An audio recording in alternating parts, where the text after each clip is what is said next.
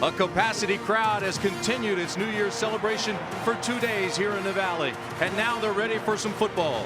For the first time ever, it's Ohio State and Kansas State. Here comes Kansas State with a record of 11-3. The Big 12 champions making their first ever appearance in a BCS bowl game.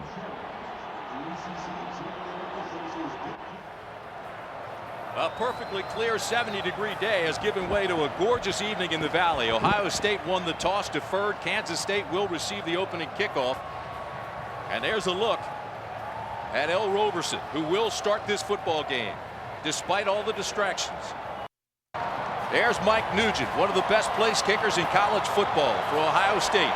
And he'll be kicking to one of the mighty little ones, 5'7", Darren Sproles. And you see what he's done for the year. Folks, he is versatile, he is small, but extremely quick.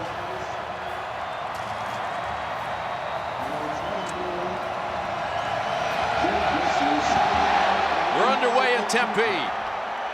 This will be Sproles at the 5. Sproles spins past one and bangs his way out to the 25-yard line. So Kansas State goes on offense, and we'll get our first look at their quarterback. Bill Snyder said El Roberson will start. We assume he will go the distance. Let's meet him in his own words. El Roberson III, Robert E. Lee High School in Baytown, Texas. I've thrown for over 2,000 yards and rushed for over 900. He's 6'4". He is really talented. 6'1", 205. Here's the give to Sproles off the right side. Breaks the tackle and gains about 3.5 yards. The Tostitos starting lineups, backs and receivers, all eyes will be firmly focused on Darren Sproles all night. Kansas State has averaged almost 300 yards a game during the swing streak. James Terry is the big-time receiver. The Wildcats' offensive line is really good. Not big, but probably the best in the country at combo blocks. Nick Leckie is the best player. He's their center. 2nd down and 7. Option. Sproles. Not much. Ohio State is swarming. Ohio State does have that swarming speed type defense. It ranks first in the nation against the run. Spotlight number 93, Will Smith, a senior co-captain there on the right, who is the Big Ten Defensive Player of the Year. At linebacker, Bobby Carpenter gets the start in there, along with Reynolds. A.J. Hawk is the leading tackler. In the secondary, Fox and Gamble are excellent cover guys. Sally and Allen, big play safeties. Some point Sproles is going to want to go over the top. James Terry, a guy that has been a big play guy, averaging nearly 20 yards a catch. He will try to get behind Gamble, who sometimes takes some risks and plays the underneath stuff a little too heavy. 3rd down and 5. Roberson looks at the defense, changes things, goes to the gun. He's very mobile. Almost picked off. That's my guy. A.J. Hawk. You talk about a perfect name for a linebacker. And he's the underneath coverage on that throw. This guy, I don't even know if he understands how good he can be. He's playing behind a great defensive line. He says the one thing he wants to work on is getting off blocks a little quicker, because next year he won't have Anderson and Scott in front of him. But A.J. Hawk is awfully good. There's Michael Jenkins. You talk about good. Extremely versatile, very talented. This is a high spirally punt. Oh my, this takes him all the way back to the 15. Jenkins looks for some blocks. Jenkins across the 30 to the 32-yard line. A fine return, a 56-yard punt, and a return of 18 yards. So Ohio State goes on offense, and we get our first look at the Buckeye star quarterback, a 6'4" molecular genetics major. Craig Krenzel, Henry Ford II High School, Sterling Heights, Michigan. 23-3 as a starting quarterback at Ohio State University. He is a smart, tough, competitive senior who was the MVP of this game a year ago. 23-3 as a starter. Lydell Ross is your tailback. Power formation. Ross, right side, picks up a good chunky yardage. Pickup of 6. Tostitos starting lineups, backs and receivers. Lindell Ross emerged as a starter midway through the season. He had 3 100-yard games in the last 5 outings. Michael Jenkins, you saw him. He's the team MVP. Chris Gamble will get in early. Hartsock and Holmes are solid. Offensive line, really talented. 3 seniors, 2 sophomores. Everybody over 300 pounds except Mangold. He's 280. Stepanovic, 6'4", 300 is the leader. And first team All Big Ten. There's a look at Jim Tressel. Boys, he had a great run at Ohio State, 31-7 in 3 years with the national championship. After the mark, it's 2nd down and 5. First down, Ohio State, Lydell Ross. Defensively for the Wildcats, it's a 4-3 scheme. The defensive line has 21 sacks in the last 5 games, led by the sackmeister, Andrew Scholl, with 8. Not a huge defensive line, but quick and relentless. Linebackers solid, Hickman, Sims, and Josh Buell. He's not big, but he's always around the ball. And in the secondary, Jordan and Williams are your cover corners. Washington and Tetwan at your safeties. 18 interceptions this season for Kansas State. And Coach Snyder allows Bob Elliott, his defensive coordinator, turn his defensive ends loose. They'll play wide. They can come underneath. They are the key to this great pass rush for Kansas State. First down, play action. Krenzel on the waggles, got company, and throws it away. We told you he was smart outside the tackle box. When Scholl got to him, he released it for no loss on the play. Second down, Krenzel throws. It's blocked at the line of scrimmage. Again, it was Andrew Scholl who got a hand on it. He ranks 5th in school history with 20 career sacks, but he also is 6'5" with a huge wingspan and blocked that ball. Well, and that was a little different look by Bob Elliott. Offsides against Kansas State. The defensive coordinator for Bill Snyder does not bring a lot of pressure. Doesn't have to with this great defensive line. That time he brought Josh Buell. Defense. So 5 penalty. Ron Cherry has a little problem with his mic. These are officials from the Atlantic Coast Conference. The umpire, Mike Webster. Ron Cherry, your referee. He ordered a number 6 and supersized it. Good group from my old conference. One of the least penalized teams in the country. 2nd down and 5. Ross bangs his way out just short of the midfield mark. Ted Sims is the tackler there. Tim Sims played his best football the last 2 games, but Ross off to a good start. 3rd down and 3. K-State shows blitz. They try to go over the top, and Jenkins was open, underthrown, and picked off. Cedric Williams with his 4th interception of the year.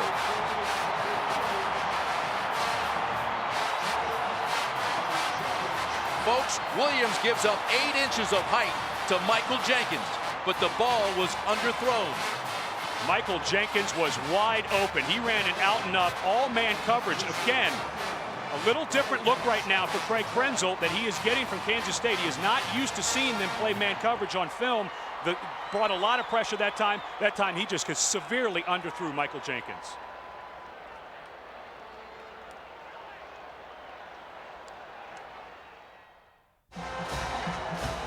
Krenzel's first interception in 69 attempts, and he's kicking himself because he had a mismatch that he wanted and his receiver was open.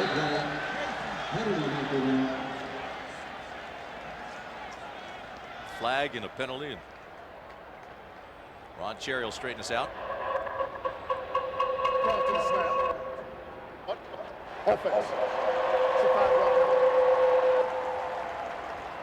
Tim, I think that Craig Krenzel was surprised that Michael Jenkins got away this quick from the line of scrimmage. Watch how instantly he just kind of lobs this ball up there. He saw the press coverage, saw that Kansas State was bringing some pressure, but I think he expected Cedric Williams to get more of a bump on Jenkins. Tried to lob it up with a little touch pass and just underthrew it because there was no pressure.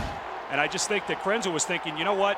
It's press man against a physical corner. It may take him a second to get off the line of scrimmage. You know, even there, he had an 8-inch differential. You'd think he'd just throw it. It looked like he was trying to put too much touch on it. Here's Sproles.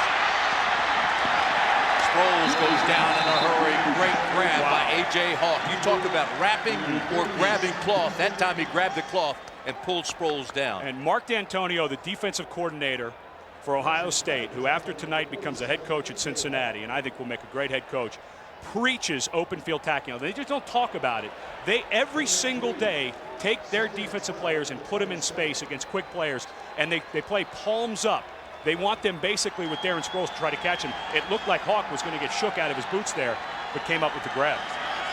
So to bring up 2nd down and 12 for the Wildcats. Roberson with time, drills it over the middle, incomplete. It was intended for Antoine Polite. He was open on the post pattern. The ball was just thrown too hard, too far, out of Polite's reach. And Coach Snyder, who is the play caller, he has kind of co-offensive coordinators up in the booth with Del Miller, who coaches quarterbacks, and Greg Peterson, who coaches wide receivers, but they're just his eyes. Longtime offensive coordinator for Hayden Fry at Iowa, has never wanted to give that up. Snyder in his 15th year at Kansas State. He's been National Coach of the Year 3 times. What a job. 3rd down and 12. Plenty of time for Roberson, and he throws the out pattern now, and it's complete to Dennis. It'll be close, but he'll come up about a yard short, maybe a yard and a half for that 1st down, so we'll bring up 4th down. And Dennis made a little bit of an error.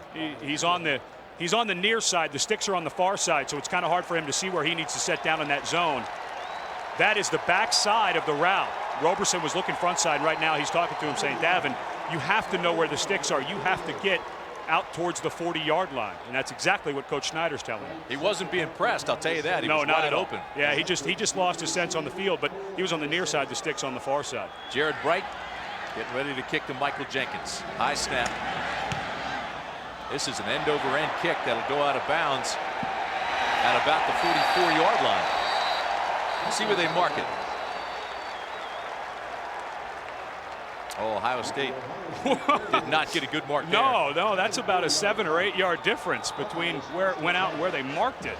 A 24-yard punt by Bright. That's not typical either. We'll take a break. We'll be back. Spectacular night in the Valley. Sun Devil Stadium has never looked better. Temperature 60 degrees. Ohio State comes out for its 2nd offensive possession.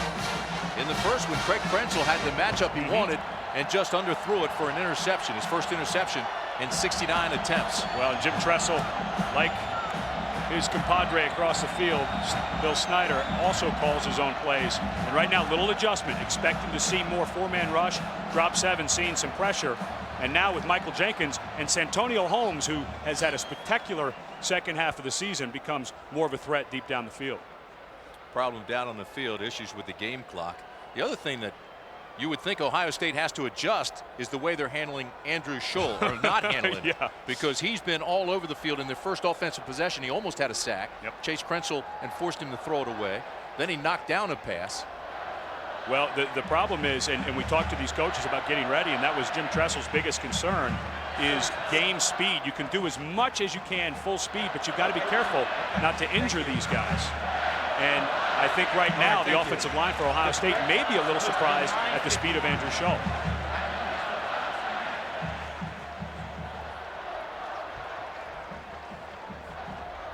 So while they get the game clock squared away, you know, this offense has been adjusted.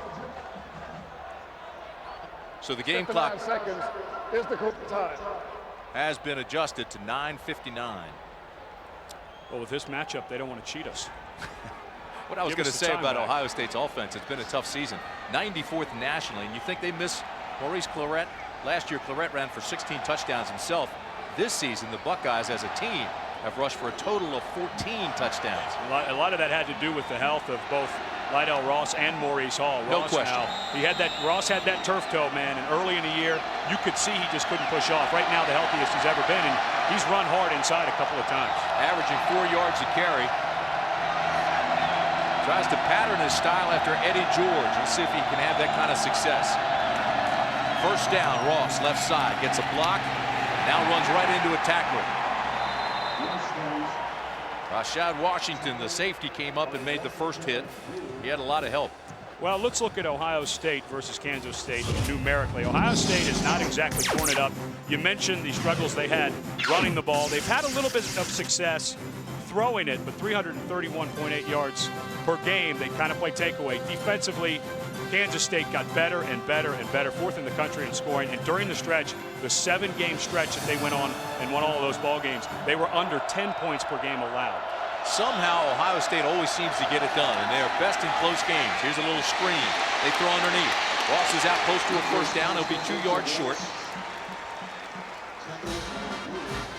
Josh Buell tracked him down. He's the leading tackler for Kansas State. Big 12's leading tackler. Averages 12 a game. Buell, a guy who, if he has aspirations to play in the NFL, as I'm sure he does, he's going to change positions. Although he won't go too far away from the line of scrimmage. Oh, I agree with you. I mean, it'll strong safety. It'll be very much like Adam Archuleta.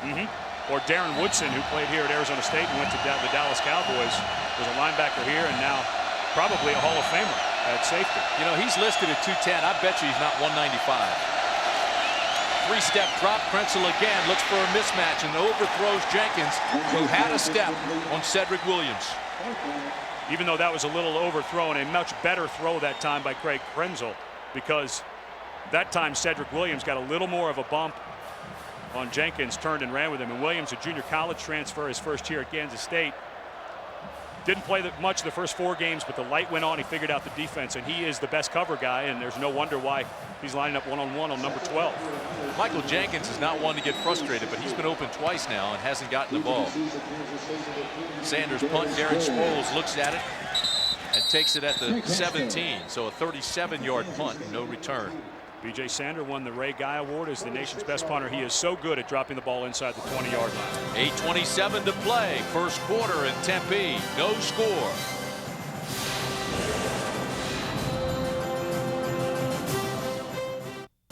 This is the Tostitos Fiesta Bowl. Craig Krenzel just 1 for 4 already in this ball game. Michael Jenkins has been wide open twice. They got the mismatch they wanted, but they've been unable to hit him. No receptions Cedric yet. Williams at 5'9". It's obvious that that's what Kansas State wants to do, is have him one-on-one against the best receiver for the Buckeyes. Eventually, they're going to have to run some underneath stuff, loosen him up. Well, you saw he's made a catch in 38 straight games, looking for his first one here. Sproles has nowhere to go around the right side, lost a yard. Simon Frazier, the defensive end, got there first. Second down, they need 11. Here's the give to Sproles.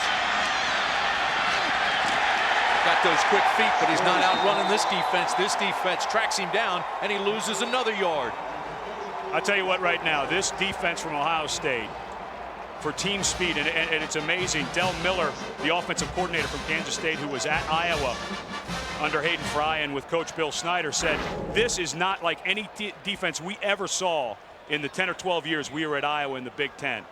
And Jim Tressel said last year he thinks that was the biggest advantage he had against Miami, was Miami didn't realize how fast this defense was. I don't think Kansas State right now realizes how fast these guys in white are. You know, we talked about Lydell Ross of Ohio State patterning himself after Eddie George. I'll tell you, Sproles reminds me of Barry Sanders. And that's the guy who, no question, he said, I patterned myself after. Tried to meet him at the Oklahoma State game and missed his chance. Roberson has tons of time, but then overthrows his receiver, James Terry. Boy, he's got a gun. Good coverage, though, by Chris Campbell. That adrenaline flow has to be really pumping right now. And if there is one thing about L. Roberson, he has an amazingly strong arm, but there is one thing that he's lacking, a little bit of touch, and that time he just had to get the ball out of there. There's nowhere to go. Good zone coverage call that time by Mark D'Antonio. No pressure, but there was nowhere for Roberson to go. Well, Jared Bright has had 2 punts. One was from 57. The other was only 24 yards. Jekyll and Hyde. Here's a low snap. Pressure blocked. Ohio State's got it. Touchdown Buckeyes.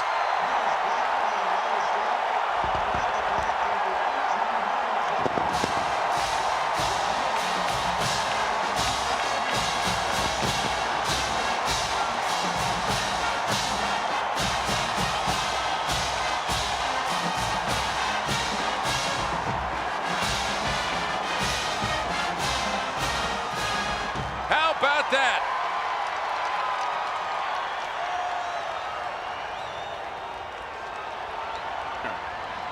Marlon Jacobs got the block. On the Red conversion attempt. And the extra point is good. It looked like Frost had the touchdown.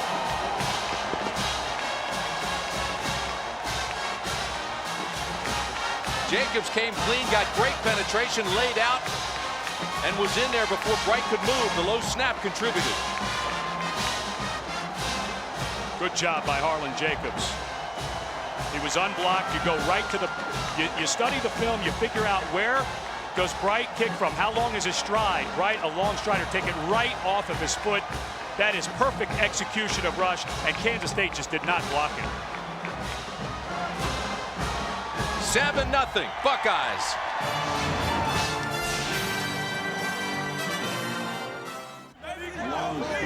John Hollins, the junior from Hoover Heights, Ohio, has the touchdown after the block, and it's 7-0 Buckeyes. Yeah, but he better be going over to Harlan and saying, hey, nice job, Harlan. What a great job by Harlan Jacobs. The wingman out there just barely laid a glove on him. He dipped under him and went right to the point where Bright was kicking it. That was excellent execution. Good job. You always expect sound fundamentals from Ohio State. That was great. Marcel Frost and John Hollins both wear 84.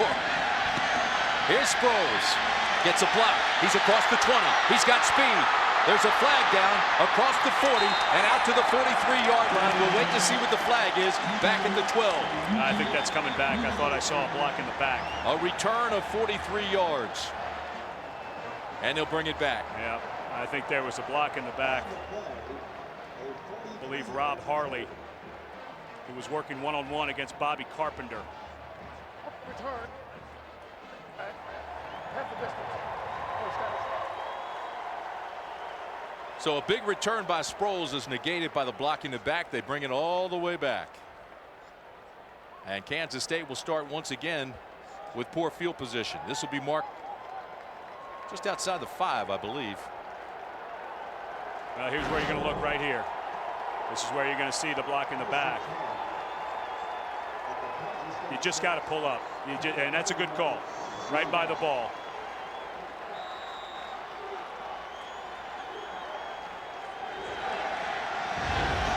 So it'll be first down for the Wildcats just outside the 5. Start in the eye, switch with L. Roberson now out of the gun. Roberson throws incomplete. Antoine Polite was the intended receiver. Roberson now just 2 for 6 and hadn't found his rhythm. You know, you mentioned something on the last throw when he had time to throw, and he threw a ball that was about 117 miles an hour out to James Terry. I can't even imagine the emotions going through L. Roberson. But, you know, sometimes it's good just to get out on the ball field. Just all the things that are going on. This is a safe place for you to come and compete. And I just hope that L can get himself calmed down, because right now there's no question that there is a lot of adrenaline coursing through those veins. What does he mean to this team? How about 7,600 yards of total offense? The draw. They track him down at the 8. Bobby Carpenter made the tackle. This defense right now, it is swarming. Well, and you know, when we met with them a few weeks ago, we went up to Ohio State to get an early start on our prep, and we were talking to Mark D'Antonio, the defensive coordinator. And it was a week and a half. No, it was actually 2 weeks after the Michigan game, and he was still physically upset, emotionally upset about how poorly his defense played, and the other players too that upset. And you can just tell they've come out. Will Smith, all these guys have it geared up. They are not going to be embarrassed like they were at Michigan. Terry and Dennis to the top of the screen. Polite at the bottom, out of the gun.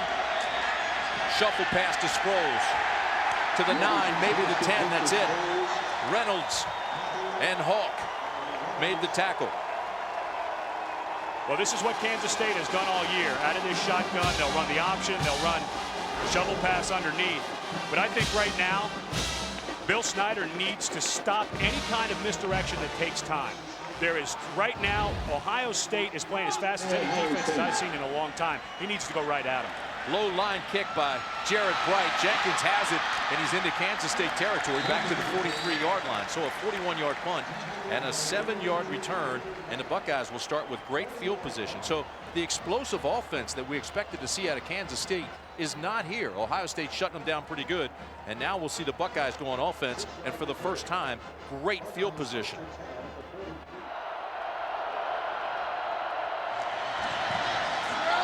Try the reverse, Santonio Holmes. And Kansas State all over it. They'll lose yardage back to the 45. Jermaine Berry made the stop. Well, it's not like those purple shirts are slouches on defense either now. I mean, Ohio State's playing lights out defensively. How about this? You know what? You're exactly right. Kansas State has allowed only 4 offensive touchdowns in the last 24 quarters. You know, and it's amazing. They're almost forgotten because of all the big names on offense for Kansas State. But this defense has gotten better and better. They talk about embarrassing games. For Ohio State, on defense, it was Michigan. For Kansas State, it was Oklahoma State. They got shoved all over the field. They stuck their foot in the ground, said, you know what? We're not going to let it happen again. They won 7 games in a row after that. Buckeyes need 11 on 2nd down. Krenzel has pressure from behind and throws to a wide open Holmes, and it's incomplete. Well, Hickman had the pressure, and somehow Santonio Holmes came clear and was wide open. Well, I think adrenaline might be playing a little part on both of these quarterbacks. Both of them missed throwing a little bit early. Pressure from Hickman, but that's not what causes the bad throw. Holmes was wide open. This is unbelievable. Yep, the safety backing out of there. Look at this. That's a Excuse me, the corner, Randy Jordan, and he just absolutely takes his eyes. You've got that quarter of the field. You better not take your eyes off of number 4. Craig Krenzel now just 1 for 5 with an interception. 3rd down and 11. Steps up, tries to buy some time. Throws to the flats. Has it complete to Childress. Look out! Childress is loose. Inside the 10. Bam Childress. The 5'10", 185 junior takes it all the way down inside the 10-yard line, a gain of 35.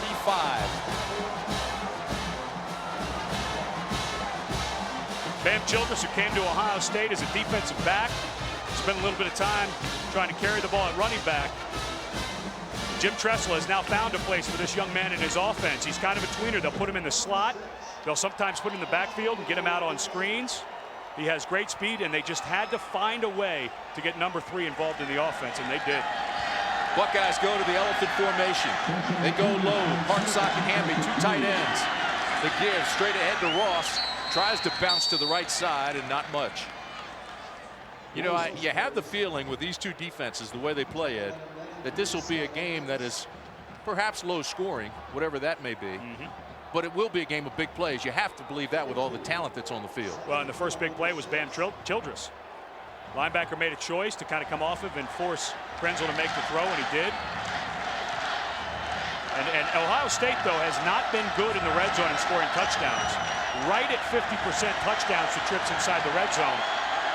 And Mike Nugent is almost automatic, so they'll take the 3, but right now, they've got to get that number better in the red zone. 2nd and goal. Krenzel into the end zone. It's tipped incomplete. Boy, Randy Jordan thought he had an interception intended for Holmes. Randy Jordan trying to make up for letting Santonio Holmes go free. That time he spun around. Jordan, another guy who was fighting a hammy, did not start, did not play against Missouri, played a little bit against Oklahoma back in. Good compliment to the other cornerback, Cedric Williams. But 44 trips on the season into the red zone and only 22 touchdowns. And Kansas State, one of the absolute best in the Big 12 at stopping people in the red zone. Jenkins looks confused. Switches sides now with Childress. And because of the confusion, Krenzel takes a timeout. What would you say Krenzel's major was? Molecular genetics. Yeah, he's going to manage the game just fine, thank you. Academic All-American. Won the Dratty Award, which is known as the Academic Heisman. Well, you sure don't want to get a penalty or at 3rd down and 7. Goal to go. You don't want to blow anything and have somebody not knowing what to do, thinking out of position, anything like that. Who's Jenkins going against? The 5'9" corner. No question. I would put Jenkins out, and we saw him against Penn State. Cedric Williams. It was that buzz fade where the ball, it was actually Scott McMullen who threw it, but it was Craig Krenzel who called that play against Penn State. You throw that buzz, he's out there running the fade, the cornerback has to turn, never sees it. He can buzz it right in there. Well, we told you at the top, Jenkins is the mismatch guy. He's 6'5", Williams 5'9". You're not going to get that matchup here. 3rd and goal. Krenzel's got pressure, now rolls right. Looks to the back of the end zone, touchdown Buckeyes. Santonio Holmes.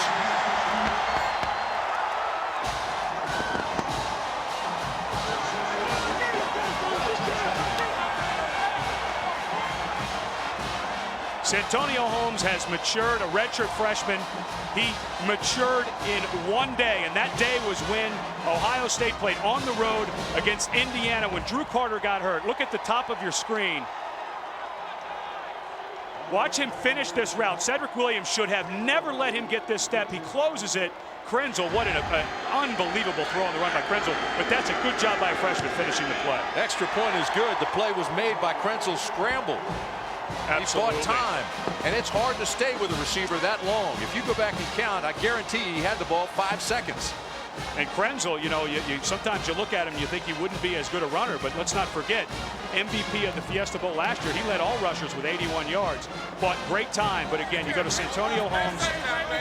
Jim Bowman, the offensive coordinator, Coach Tressel told us, you know, if we would have had to rely on him earlier in the season, we're not sure if he could have handled it. Drew Carter goes down, and this young man has really turned into a fine receiver. He's always had the speed in the hands, but Krenzel makes, look at the throw. I don't know that you throw this ball any better. So it goes all the way back to Sproul's big return. It was brought back for a block in the back. Field position changed then dramatically. Ohio State got great field position after the punt when the Wildcats couldn't move the ball, and Krenzel takes him down for a touchdown. So things been a little frustrating for Michael Jenkins, but Bam Childress and now Santonio Holmes picking up the slack. 43-yard drive, and just like that, it's 14-0 with 2:49 to play in the first quarter. And the bad news for Kansas State is Craig Krenzel. It's kind of been his MO this year. Makes a mistake early in the game. He did it against San Diego State, and then he'll get on a little mini roll. And that throw right there, running to his right, a little bit back across his body, may get him on a little roll. And they've had a tough time running it, so they might start moving him out of the pocket and letting him throw it. There's 43, Darren Sproles standing at his own goal line.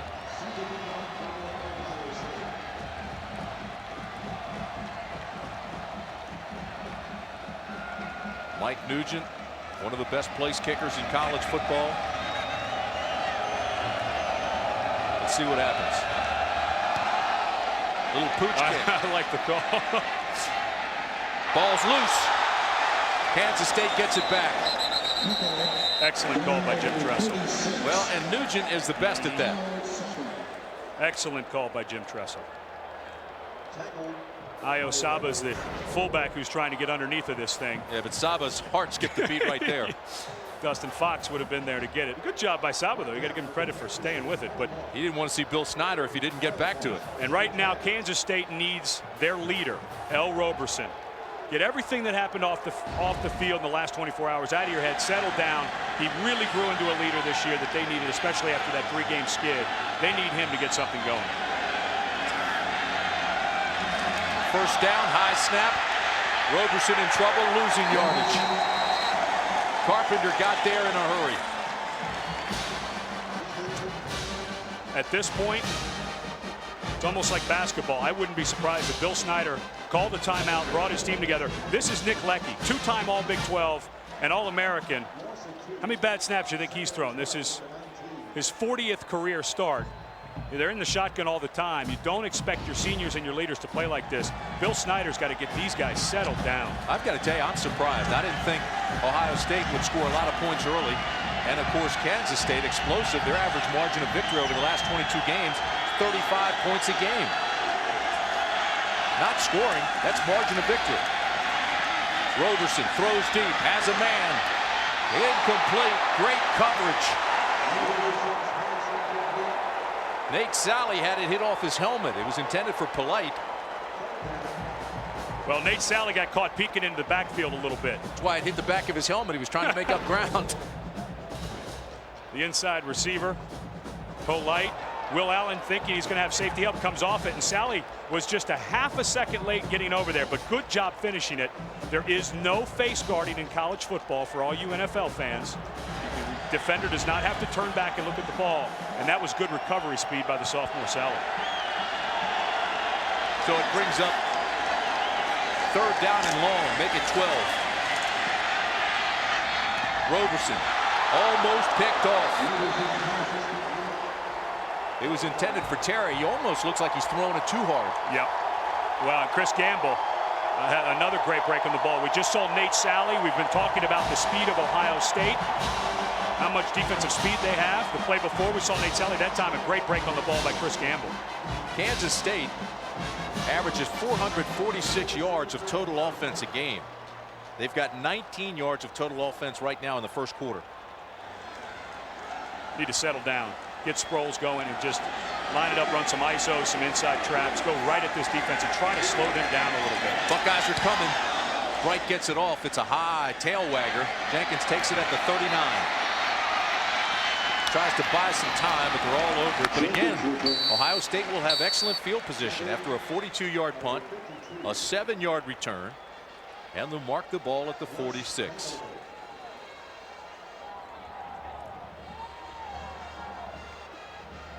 .135 to play in the first quarter. Ohio State 14.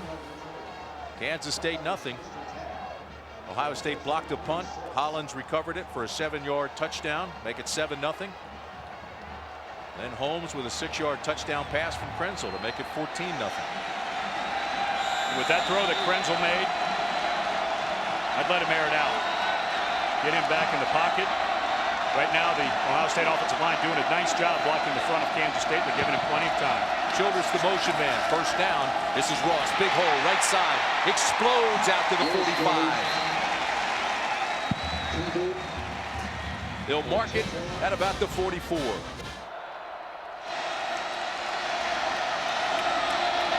So at the 46, second down and 1. Ross again. Picks up the first, moves it down to the 41. He looks like a different guy than earlier in the season. You know that game we did, the NC State game, 3 overtimes. Ross, he just didn't look explosive, and you'd heard all the time about how explosive he was, and it's amazing how much better he got at the end of the season. Well, Indiana was his breakout game. He had 170 yards. As a matter of fact, 3 weeks in a row. Indiana, Penn State, Michigan State, he ran for a total of 408 yards. He just went on a tear. You're right. First down, Buckeyes. Ross has speed, gets the corner. Buell misses a tackle. And all the way down to the 20 goes Lydell Ross, the junior out of Tampa, Florida. A gain of 21. And this is a misdirection pitch. It looks like they're going to run an ISO to the inside. It looks like they're going to run an ISO. Watch the fullback action, and Krenzel's just going to pitch it back. They leave Houchin completely unblocked. And Ross, all he has to do is outrun the defensive end. Houchin read it fine. But this is as good as Lydell Ross has run all year. Houchin making a valiant effort to try to get there, but just doesn't have the speed to keep up with Ross.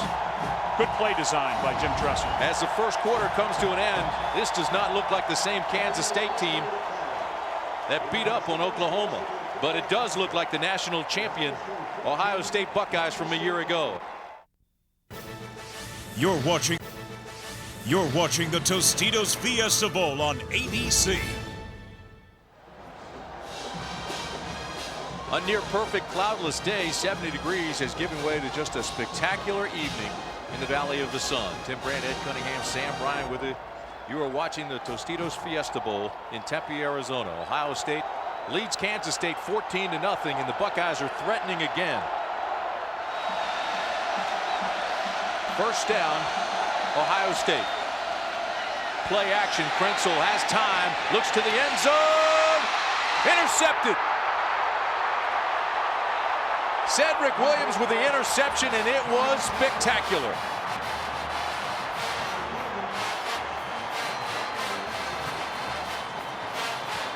Cedric Williams, who's been given the assignment of one-on-one against Michael Jenkins, gets beat to the inside. This ball thrown just a little bit late. Good double move there by Jenkins. Set him up with the in-foot. This is a bad throw by Krenzel again.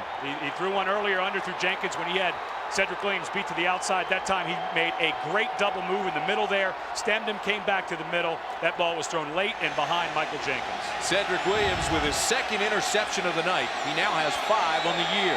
Let's see if that can turn things around for the Wildcats. First down. Option. Rogerson has nowhere to run. Maybe gets a yard. Runs right smack into Bobby Carpenter. Let's go downstairs. Here's Sam Ryan. Sam? Well, Tim, Cedric Williams learned responsibility at a very young age. When he was a senior in high school, his mom, Alma, suffered a heart attack.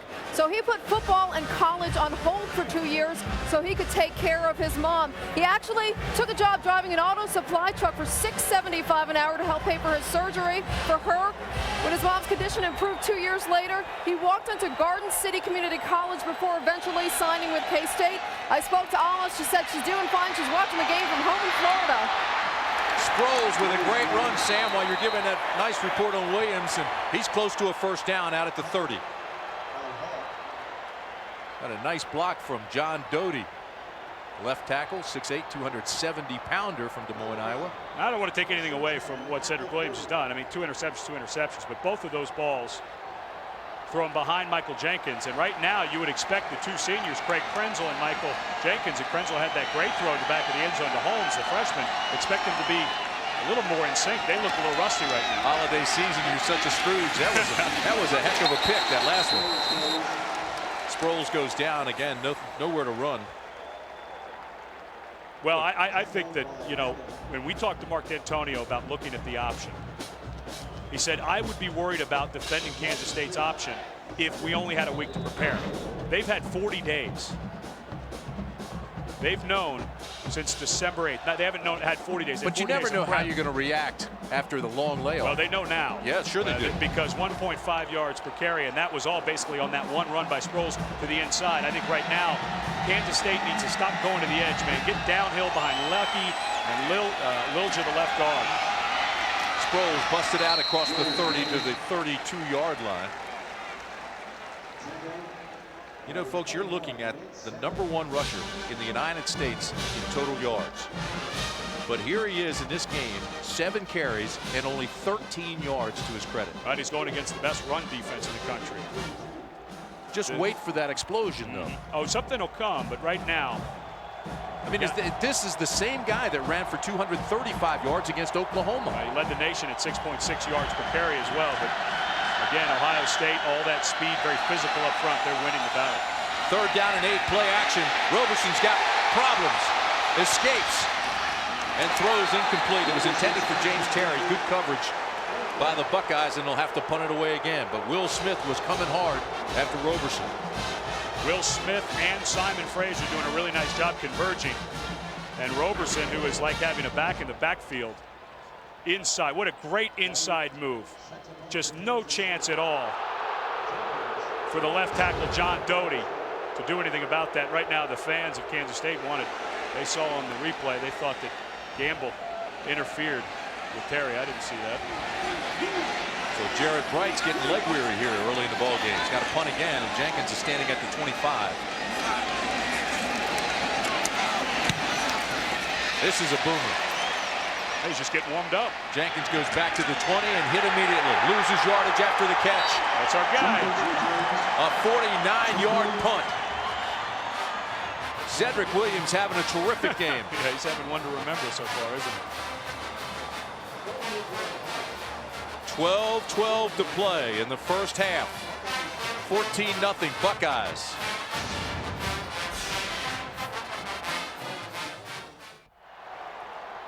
Kansas State looks emotionally drained. They don't look like the same ball club that played Oklahoma. 2 turnovers, and they've been unable to convert them into points. Meanwhile, the Buckeyes look like they're playing for another national title. First down. Ross gets the corner again and gets out to the 25, where Cedric Williams trips him up. And Cedric Williams is playing lights out. There's an old adage in coaching that when you're getting ready to play an opponent, you have a lot of time, either a bye week or something like that. Take the bad games by the opponent and throw them out. Don't even look at the tape. And it looks to me right now that Kansas State spent too much time looking at the defense of Ohio State against Michigan and not what they did the rest of the year, because that was not indicative. That performance was not indicative of Jim Tressel's defense. And I think maybe Bill Snyder, his players are definitely shocked, but I think maybe even the coaches are a little shocked at how fast this Ohio State defense is. 2nd down and 4. Ross hit immediately. Rashad Washington, the safety, on a blitz.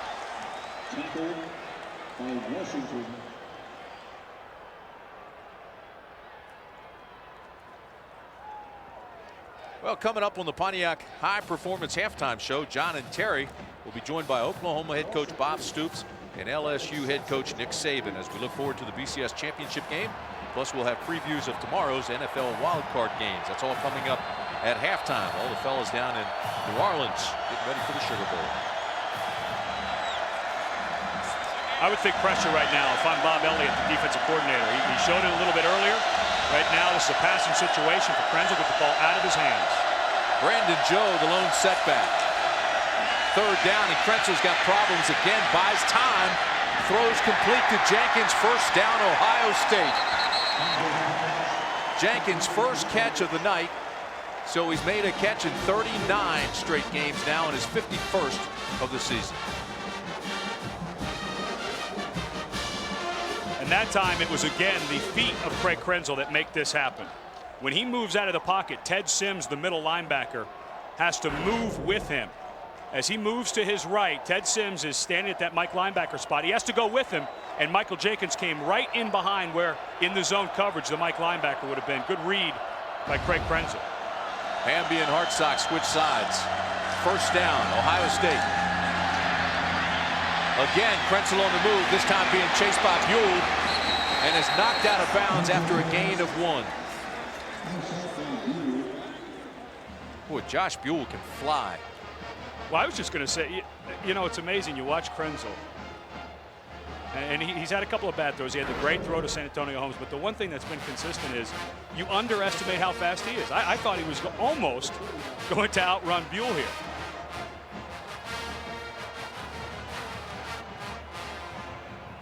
Pretty good pursuit. Almost. Pretty good pursuit. Yeah. Almost doesn't count. Doesn't horseshoes though. Second down. The Buckeyes need 9. They come on the blitz. Krenzel throws, picks it up. A yard short of the first, but Bam Childress is close. So they'll put it at the 47-yard line. It'll bring up third down and short.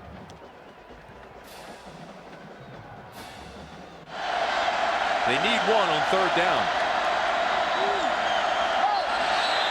That's going to be on Kansas State. You think so? I thought Ben Hartsock moved. Well, he moved when the defensive end over him jumped in. If the officials call this right, well, now we've got a scuffle. And a flag.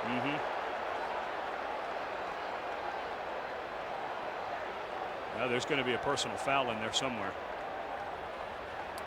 Well, you know what the trend is. They call personal fouls on both sides. No harm, no foul. It doesn't affect the ball. Well, if that's the case, the correct call should be encroachment by Kansas State, because Houchin, he went into the neutral zone, and Hartsock moved because the defender moved in front of him. That was a rule change a few years ago, and a good one. Here's Ron Cherry. We have 3 fouls on the play. Dead ball, false start, offense. Then we have, after the play was over, 2 dead balls, personal fouls. Those fouls will offset. So they're the offsetting personal fouls, and it was Hartsock who moved. Well, but Houchin's in the neutral zone. He jumps into the neutral zone, and when the offensive player on either side of the defensive player who goes into the neutral zone flinches, watch that. Clearly, he flinches because the defender was in the neutral zone. That's a bad call, an absolutely wrong interpretation of the rule by Ron Cherry's crew. Now they say that when the flags were thrown, they didn't hear any whistles. But Houchin going into the neutral zone caused Hartsock to jump into. Well, he reacted to Hartsock's head. No, I didn't see that, Tim. Now we'll take another look at it. Third down, they need 6. Krenzel keeps it himself. And he's got the first down. That doesn't matter now, does it? Oh, it's a moot point. We were ready to have one of our arguments, and now we can't. Pickup of 10 yards. Well, I was right. That would have been our first argument in 04.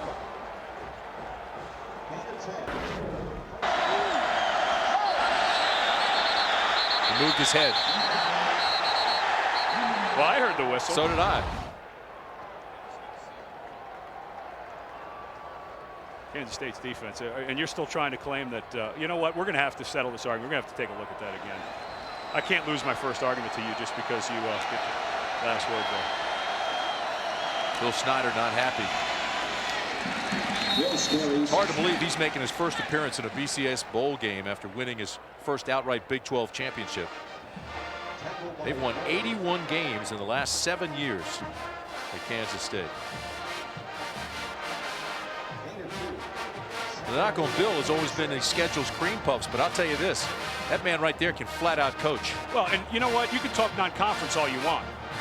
They're tied with Nebraska for the most wins in the Big 12, which started in 1996. So you can say whatever you want about non-conference schedule, but they've been tied one of the best in the Big 12 conference. Second down for Krenzel. Again, he avoids the rush and throws it away. Good pressure by Josh Buell. But Krenzel showing great feet tonight and great presence. Well, the one thing that Craig Krenzel does very well, and you hear quarterbacks talk about this all the time, you are supposed to feel the pocket and see downfield, not see the rush and feel downfield. Your eyes have to stay down, and Krenzel does such a nice job. And you notice when he runs out of the pocket, he runs parallel to the line of scrimmage because the big money is down the field, not him taking off and picking up 4 or 5 yards in a scramble. See what Krenzel does here. He's faced with a 3rd down and 8. Timeout on the field. That's going to get under Jim Tressel's skin. 7:45 left in the second quarter, burning your second timeout. So far, it looks like the L. Roberson situation has definitely affected the Wildcats. 7:45 to play in the first half. 14-0 Buckeyes, and they're threatening again.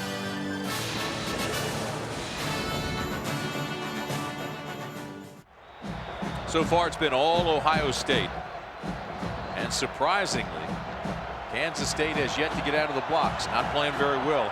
L. Roberson, with everything that's been surrounding him, with the accusations and the filed complaint, he's only 3 of 10, 15 yards. But right now, it's Krenzel. This time he throws to Ross, and Ross is down to the 40-yard line or close to it. He'll mark it at the 41, tackled by Jermaine Berry. Boy, what a great play by Berry. He's that inside defensive tackle. They list him at 6 feet. If he's 6 feet, I'm Manute Bol. He's about 5'9", junior college guy. 7 sacks. He leads the defensive line with 78 tackles. That time he read it, did a really nice job, because that was an easy first down if he doesn't chase it down from behind. This is a high punt that they'll try to pooch and get it inside the 20. It hits at the 5 and is down there. 37 of his 76 punts have been downed inside the 20 this year. He's the best at it. A 36-yard punt. 14-0 Buckeyes. B.J. Sander has just pinned the Wildcats inside the 5.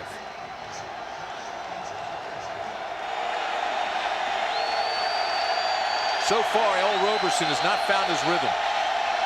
He is really struggling. Buckeyes show blitz. They bring it off the corner. Roberson beats it, but it's intercepted. Picked off by Chris Gamble. James Terry did not get the audible.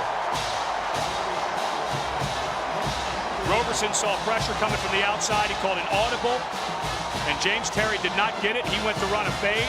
Gamble peeked a little bit, playing man-in-man coverage. Terry's supposed to break this off, does not. And Gamble, boy, that's a big risk, but it paid off. You're playing one-on-one, still peeking back into the end zone. No wonder his last name is what it is. So Ohio State showed blitz. L. Roberson read it, James and his Terry receiver did not. No, he did not. And you saw Roberson pull back away from the line of scrimmage because Ohio State showed the blitz early to that weak side. He came off of what was called to get another route call, and James Terry continued with the old route. Look out, boys. Here come the Buckeyes. It's almost time to batten down the hatches. Touchdown, Jenkins. Ohio State's on a roll. A 17-yard strike.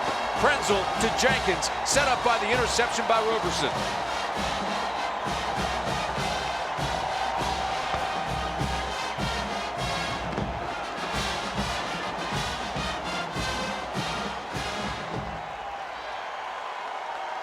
You know who's loving this right now?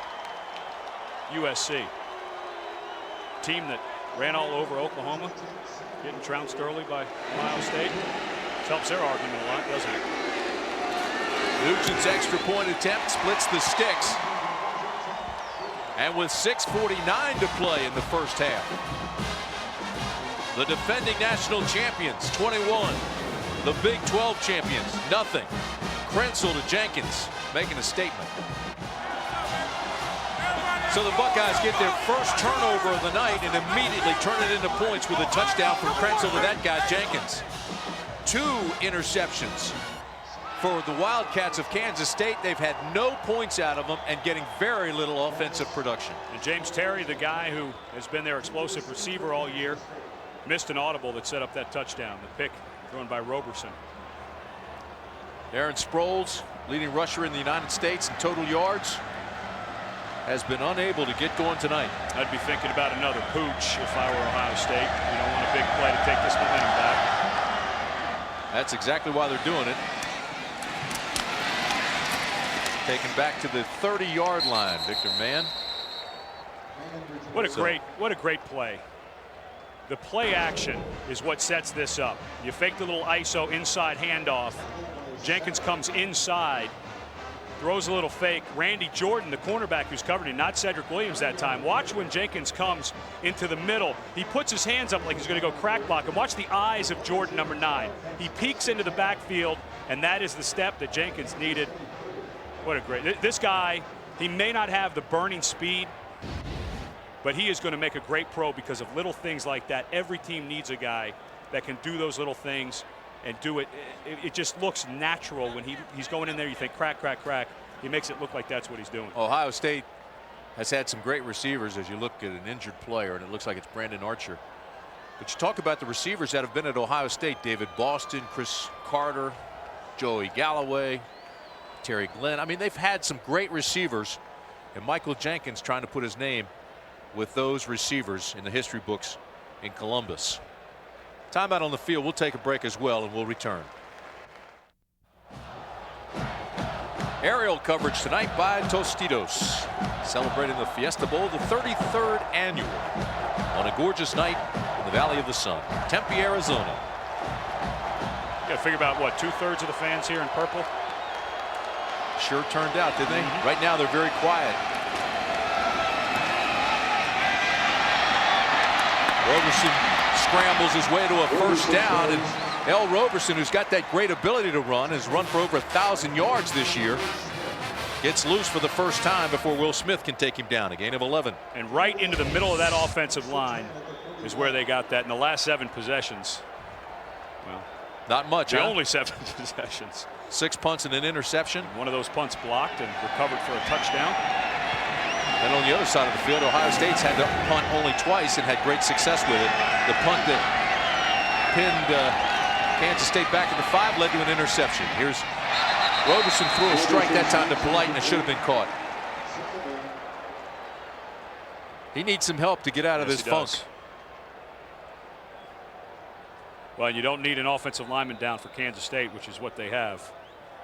And that's the right guard, Mike Johnson, who is so key to this offense. Mike Johnson, Nick Leckie, the center, and Ryan Lilja, the left guard. So dominant against Dusty Dvorak and Tommy Harris in the Big 12 championship game. Well, you look at that one Johnson, and you mentioned 3 guys, because this offensive line is one of the best combo blockers. Boy, combo they get blockers in the country. Yeah, they really are. Yeah, and then the play before against Roberson, it was Lilja and Leckie who did a nice job. Ben Retley comes in, 73, to take his place. Retley's a 6'7", 305-pound senior. And right now, Nick Leckie, the center, just calming him down. It's the center's job in there as a leader. Just tell him, line up, play ball. See the numbers on Roberson. It's 2nd down and 10 for the Wildcats. It'll help. That was Darian Scott who came across defensively. We'll see if he was the first to move.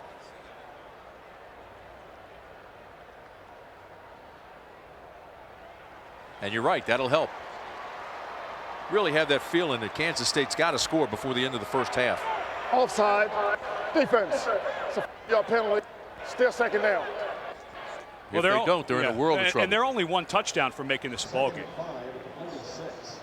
And I think that what Bill Snyder needs to continue to do is Roberson and Sproles between the tackles. Not a lot of misdirection. Downhill, It's almost like a body blow to a boxer. You keep going to the outside, you're just going for the headshots. You need to soften him up a little bit. Well, you got to get Sproles and Roberson in some kind of rhythm. I mean, he's going against the #1 rush defense in the nation, so he's got to be able to throw.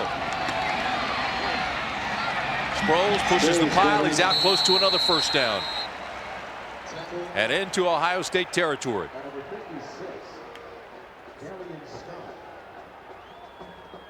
Take a look at our game summary. How did we get to 21-0? And it all started with a blocked punt. Harlan Jacobs coming from the outside. Recovered by John Hollins. And then Craig Krenzel makes a great throw back across his body to Santonio Holmes. And Michael Jenkins, little decoy on the play action. Faked like he was going to block. Got inside Jordan. And another nice throw by Craig Krenzel. But the Wildcats now in Ohio State territory look like they've got something going. Maybe a little bit more life now. Out of the eye on first down and 10.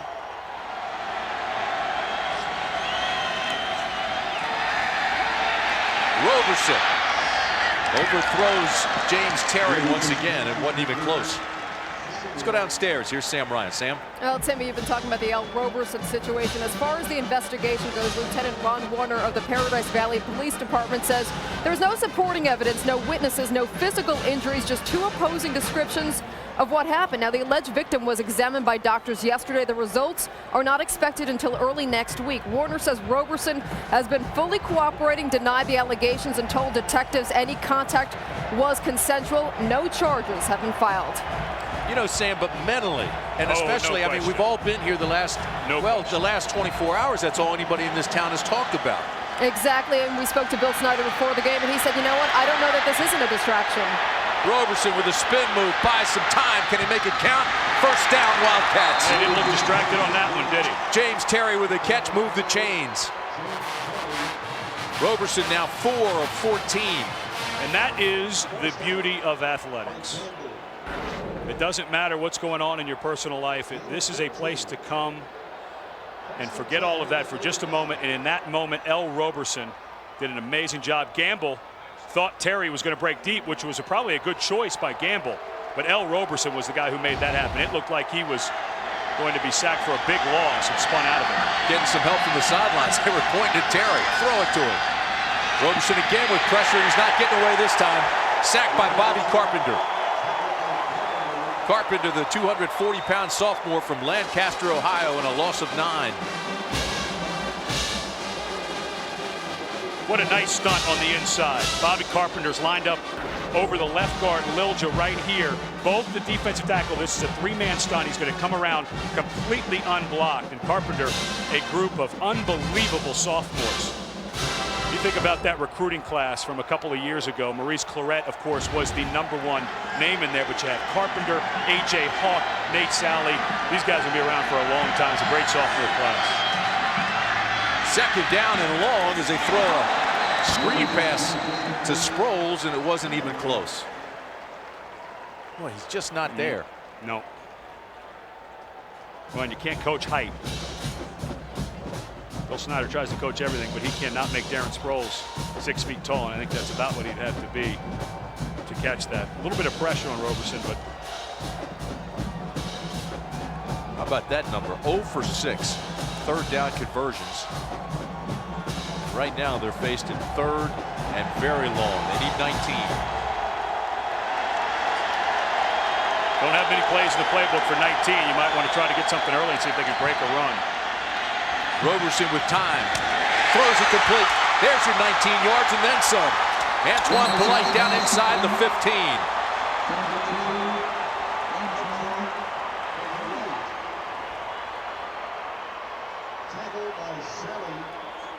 A gain of 31. Bill Snyder never changes. He always looks very calm no matter what the situation. And that time Nate Sally, he just kept backing out, kept backing out, kept backing out. He needed to squat down a little bit as Antoine Polite came in there.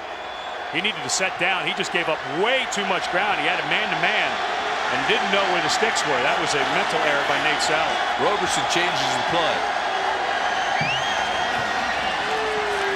Looks to the end zone, incomplete, intended for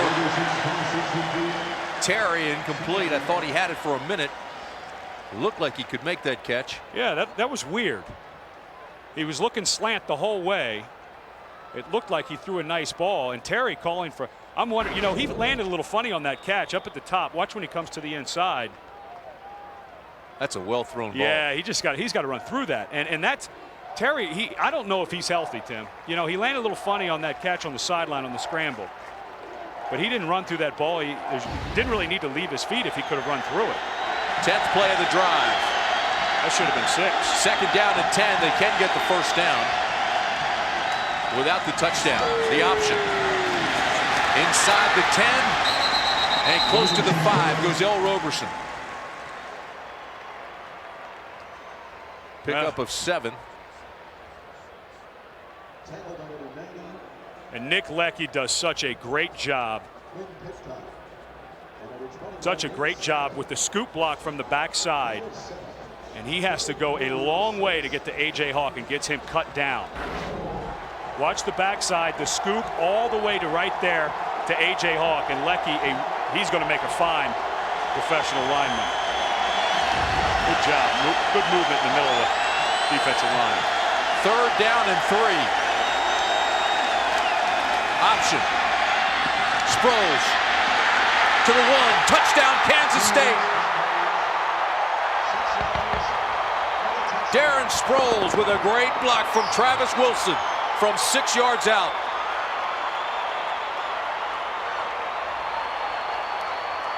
And we finally have ourselves a ball game, don't we?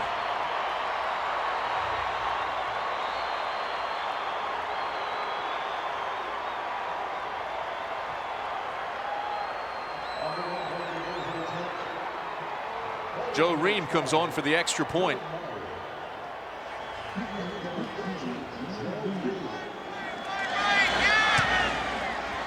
And it's good.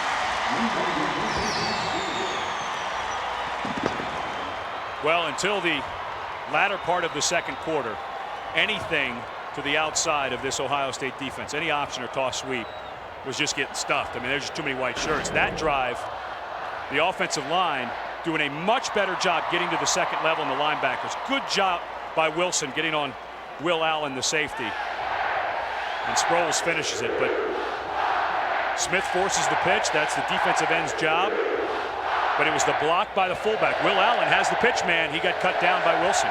Scouting report for Ohio State says that Roberson keeps it about 80% of the time on that option.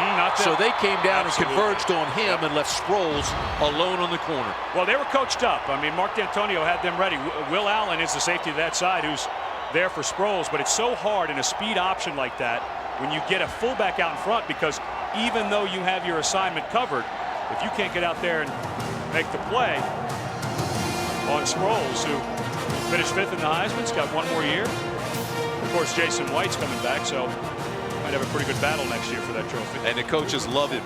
11 plays, 70 yards. It took 3 minutes and 48 seconds. In the first 7 possessions total, 26 yards. So you can see the change in that one drive.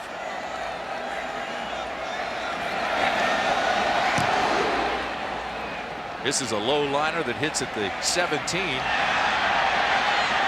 Bam Childress picks it up, tiptoes past the 15 to the 17-yard line. Tackled by Josh Buell.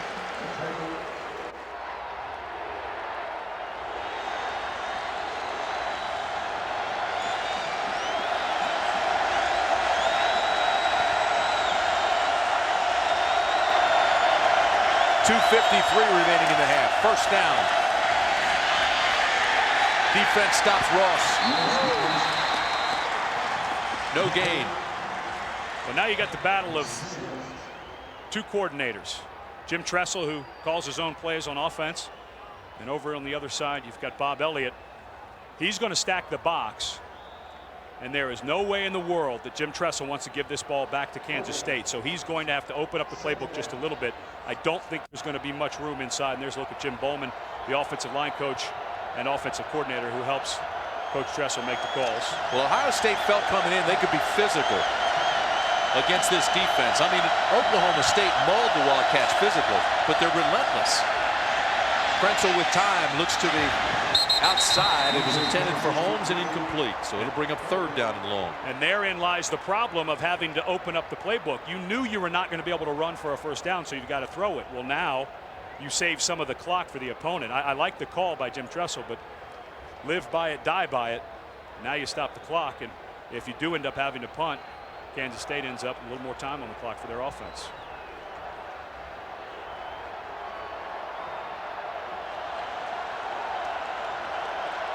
And the crowd from Kansas State is alive again. Up until this point, you just heard from the red side. Play clock down to 2. Right side Ross, not much.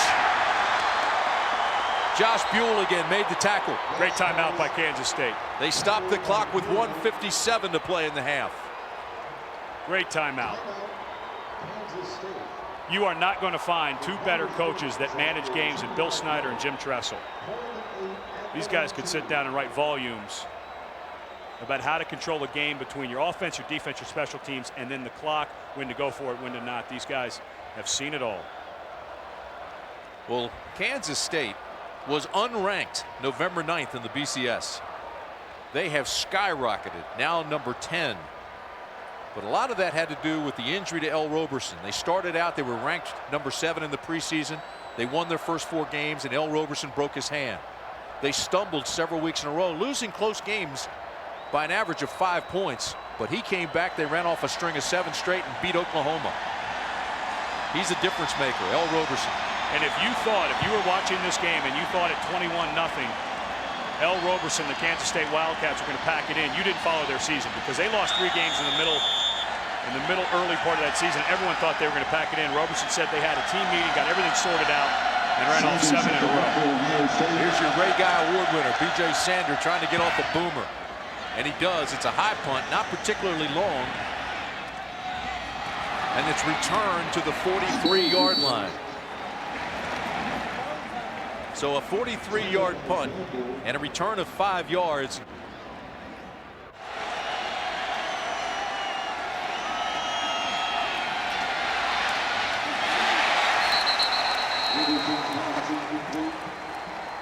Simon Frazier again, one of those big guys at 6'6", 265 with a 9-foot wingspan, it seems.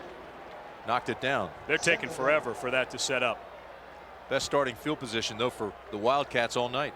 Delayed screen for Sproles. That's Jim Haycock, the defensive line coach. Coach at the University of Washington. I was there visiting the other day. He said, Ed, I am spoiled with this group that I've been coaching for the last few years. Kansas State with plenty of time. They don't have to rush. Incomplete. Intended for Polite, and again it looked like a catchable ball. Will Allen's talking to him. The first-team All-American safety was there on the coverage. Well, we were talking earlier, if there is one thing that El Roberson has in abundance, it's arm strength. This time he does have to zip it in because Allen, the safety, is over the top of Polite. A little bit to the inside, but I agree that looked like a catchable ball. How about Will Allen, his first year as a starter, and makes first-team All-American. Talk about a game changer. Made himself a few dollars, too. 3rd down and 10.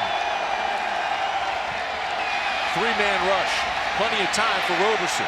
Throws over the middle, and it's almost picked off. I don't know what he was looking at. Well, Dante Whitner may have been the only guy open. Well, he was wide open. Yeah, they had. It looked like they had Davin Dennis running free down the seam, and then Polite was coming behind it a little bit late with a what looked like a post. It's a great scene. Every time Roberson comes to the sidelines, Bill Snyder very calmingly goes over, teaches, coaches, advises, tries to get him settled down a little bit. Here's a good punt that hits inside the 5, but goes into the end zone for a touchback, so they'll bring it out to the 20. But a 58-yard punt. And very little time off the clock. Now Craig Krenzel gets to come out with 2 timeouts, minute 21 left, and see if they can't run their hurry-up drill. Some serious strategizing going on both sides. I think they should try to get a hurry-up going for Ohio State, but I would not be surprised, getting to know Jim Tressel very well this year's 3rd game we've done. 21-7 lead with the way he plays defense, if they wouldn't be happy trying to just burn this clock out. Ohio State still has 2 timeouts remaining. What do you think a senior quarterback asked him if he had his choice? What would he want to do?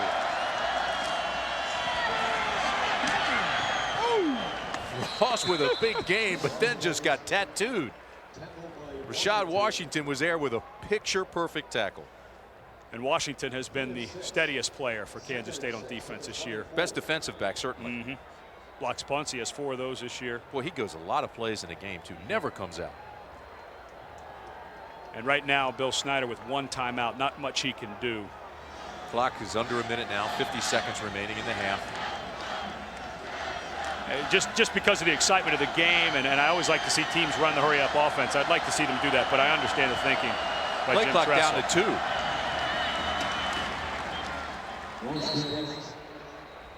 And it'll bring up 3rd down and long.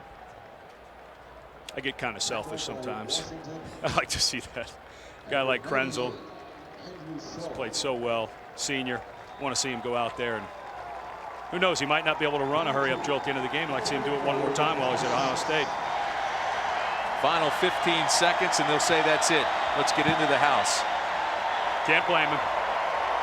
So Ohio State came out of the block, scored 2 touchdowns in the first quarter to make it 14-0. They started the second quarter with a touchdown pass to Jenkins. It was 21-0. And then finally, L. Robeson woke up on a big drive, 70 yards. He hit Sproles. It was a 6-yard touchdown run on the option. Let's go downstairs. Here's Sam. Coach Tressel, they finally got something going on offense. Does L. Roberson look like a different quarterback to you now? I'll tell you what, they've got a great offense. They've been scoring 40 points a game the last 8 or 9 games. Now, this is going to be a battle. Everyone knew it was. 2 of the best teams in the country, and it's going to go down the wire. Now, you've said coming into this game that K-State is the hottest team in the country. That being said, what do you tell your guys inside so they don't get hot on you in the second half? Well, you know, they've been banging into each other out there. They know what's going on. They know it's going to be a battle, 30 more minutes or more, and you don't have to say much to them. They're aware. Thank you, Jim. Thank you. Jim Tressel. All right, Sam, thank you very much. This is the Bowl Championship Series on ABC Sports as coverage of the Tostitos Fiesta Bowl continues. A matchup in the desert of the Big Ten and the Big 12 promised big stars for the night. Craig Krenzel of Ohio State got out of the blocks and led his team early. 7 of 15, 94 yards and 2 touchdowns. That one to Michael Jenkins. For Kansas State, the dynamic duo of Roberson and Sproles struggled until this late first half touchdown. Darren Sproles, who has 9 carries, 26 yards and a touchdown. The second half is coming up next. 21-7 is our halftime score as we get ready to start the second stanza. Ohio State early, they carried the momentum until late in that first half, but Kansas State came back with a 70-yard drive, and they now will put their defense back on the field and try to stop Ohio State here early. So Kansas State ready to kick off and start the second half. This is Gamble. He's got some room, and now there's Josh Buell who takes him down, and that's where the Buckeyes will start.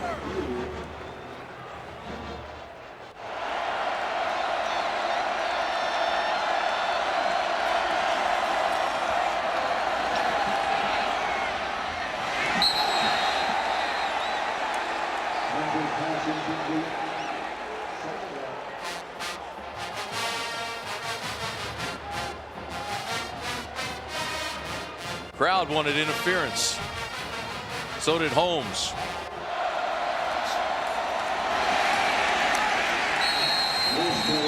Ross on the carry, not much there. Wildcats defensively swarming. Ross slow getting up. Dinged up his shoulder a little bit. Ross, a guy who battled, we talked about the turf toe, but he also had some stingers. And the way he's holding that left arm right now, yeah, definitely, that's a shoulder stinger. You take a pop, the nerve fires down the arm and makes it go numb. That's Doug Callan, the head trainer. Not only the turf toe, he had hamstring problems earlier this year as well. So Brandon Joe comes in to replace him. Pressure on Krenzel. He throws it away, but he wasn't out of the blocks. That's a flag, yeah, that's a flag. Didn't get out of the tackle box. Flags come in late. Justin Montgomery will get credit with the sack. And Montgomery has been the key in the middle. has been the absolute key in the middle for this Kansas State defense. You mentioned that drubbing, the beating they really took against Oklahoma State. Well, Montgomery had an ankle, came out, tried to play, could not play in the middle, and that's why Oklahoma State. Incomplete pass, there's no foul on the play. Oh, wow, that's how an about awful that? call. That is an awful, awful call. That was intentional grounding by I mean, that you could put that on a official tape to coach up officials. Referee Ron Cherry's behind the play, so he had a good line sight of the tackle box. Sproles is standing on his own 20. Sander gets off a high kick, not a particularly long kick. And dangerously, Kansas State player gets blocked almost into it. Gamble should have let that thing go. Let's go downstairs. Here's Sam Ryan. And Tim, I just caught up with Bill Snyder coming out of the half. He said he told the team, hey, we're not on the same page. We're not playing like we did the last 7 games coming into this, when he said lack of emotion, lack of intensity. I asked him what he attributed the slow start to, if it was the distraction with the Al Roberson situation. He said, no, it's just lack of emotion and intensity, guys. You know, that's hard to believe, though, Sam. I mean, they've come out. That's all we've heard the last 24 hours. I can't believe that they weren't talking about it in their rooms. Oh, they were. Talking about it everywhere. Last night, the roommates. Yeah, you know, you put guys 2 to a room. I guarantee they were up late last night talking about it. Come out with a reverse. This is Morera. Great block, and Morera's got a first down. Boy, Jeremy Clary. That's a knockout, my friend. A gain of 16, and the only true freshman to see significant playing time got to that corner quickly on the reverse. And Jeremy Clary is going to remember this hit on Simon Frazier. He spins back behind him. Frazier has no idea he's coming. Night, night. How about that? This hit. Clary, a 6'7", 290-pound sophomore, and Frazier has no chance. Everybody went with Sproles as Roberson, the freshman. Yeah, Roberson does a nice job downfield getting on the legs of the safety salad. Gain of 13, first down Wildcats.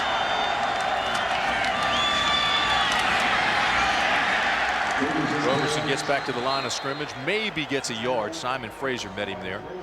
Big old Simon Frazier, 6'6", 265 pounds, from Upper Arlington, Ohio.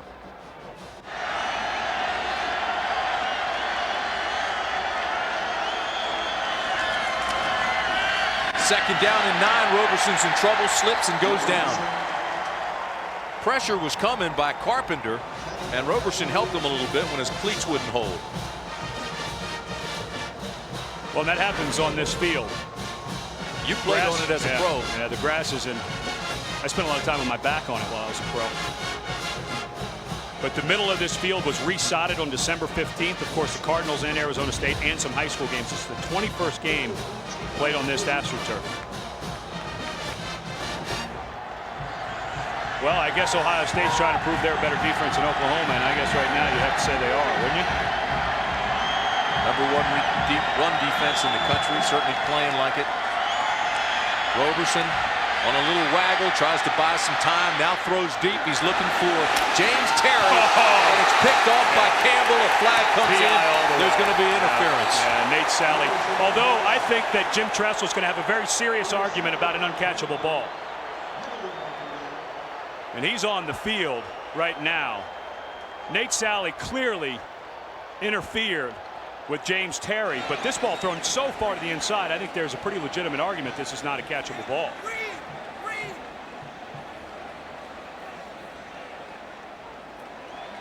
It's going to be pass interference against Ohio State. I think Coach Tressel has a pretty good beef here. You better be careful. You may get another flag.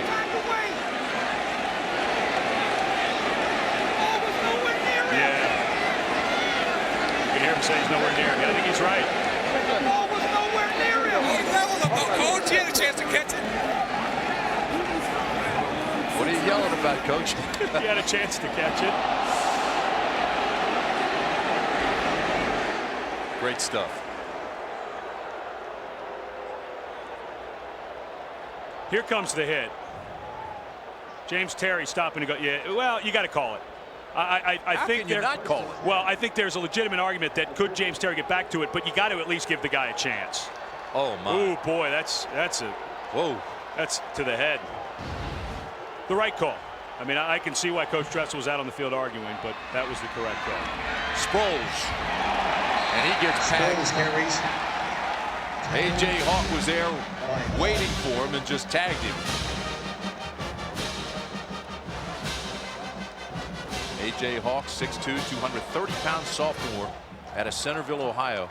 Still very young. What a career he's going to have. Leading tackler, not only for Ohio State, but he's first team all-conference and really special. Yeah, and that's saying something in the Big Ten. There's a couple guys who can play linebacker in this conference. Making it a little rough. Darren Sproles averaged 6.6 yards per carry. They've cut that in more than half tonight so far. 2nd down and 9. Roberson. Incomplete again. Intended for Terry, and great coverage by Gamble. This is the first year that Chris Gamble's played nothing but cornerback. I mean, he's played a little bit of wide receiver, but nothing like he did last year. Matter of fact, last year he started on offense at the beginning of the year and then worked his way into the lineup. He's gotten beat a couple of times this year, most notably Lee Evans. But right now he's playing really well against James Terry. And again, the Kansas State folks thought Gamble got there early. He's just so good. He times it so well. 3rd down and a long 9, almost 10. Herrera in motion. Underneath screen to Herrera. Lunges forward short of the first. Correction, is Dennis. But he's not going to get the first down. I'd go for it. And Coach Snyder's looking at it. How close is it? Go for it, Coach. He's going. Yep, absolutely. Roberson, Sproles are all staying on the field. Yep. Got to do it. Bring it in the heavy, folks. And don't be surprised if old Bill Snyder has a trick up his sleeve. You bring in the heavy folks and pack them in. A guy like Roberson, maybe a play fake, naked boot or something like that. See if he can't get a big one here. Ohio State likes this situation defensively.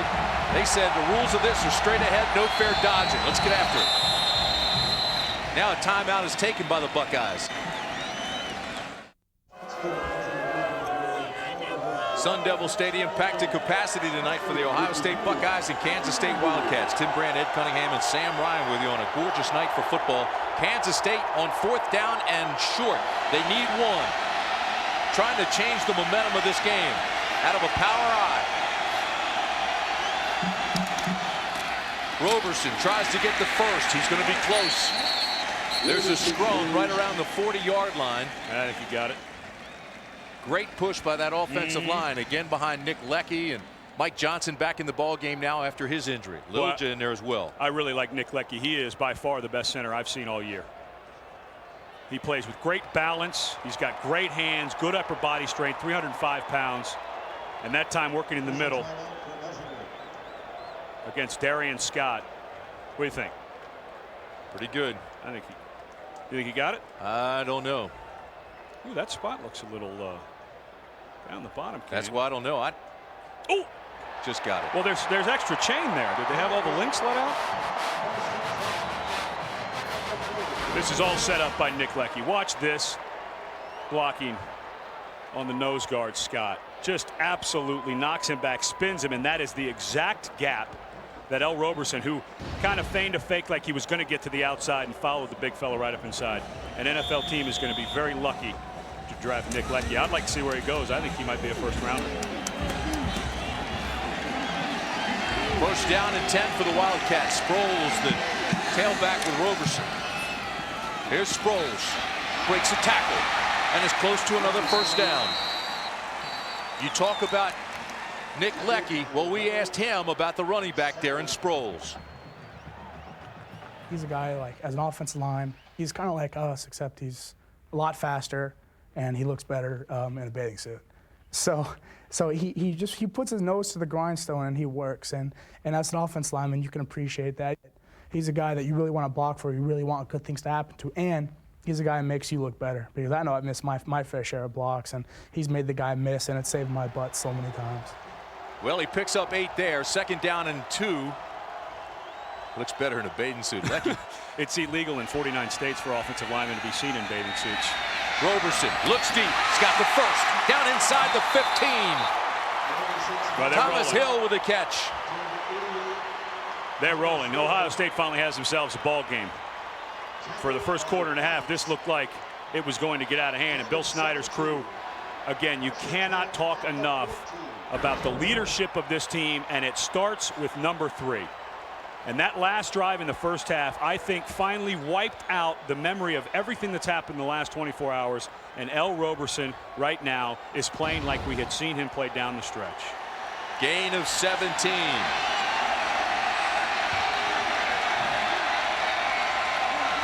Out of the gun on first down.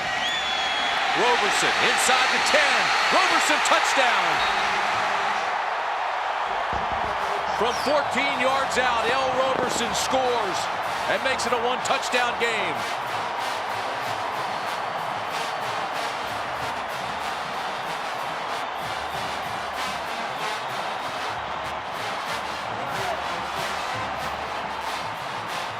And now the Cats are definitely back in it. Watch the right guard Johnson. He came out of the game earlier. He's going to pull. Looked like he had a bad ankle. Looks like he's running pretty good here. Good job. Chips on Frazier. Gets up just a little bit on Hawk. Hawk had to slow down just enough. And, of course, the speed of Roberson, when you miss just half a step, you're half a step behind, or even a full step against Roberson.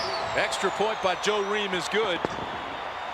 And with 8:59 to play in the third, it's 21-14 Buckeyes, but the Cats are clawing back at them.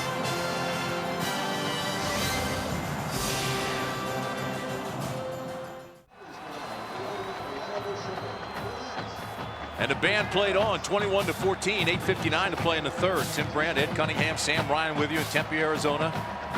Tostitos Fiesta Bowl, 10 plays, 70 yards. Took 4 minutes and 54 seconds. L. Roberson with a 14-yard run. This is Maurice Hall, takes it a yard deep.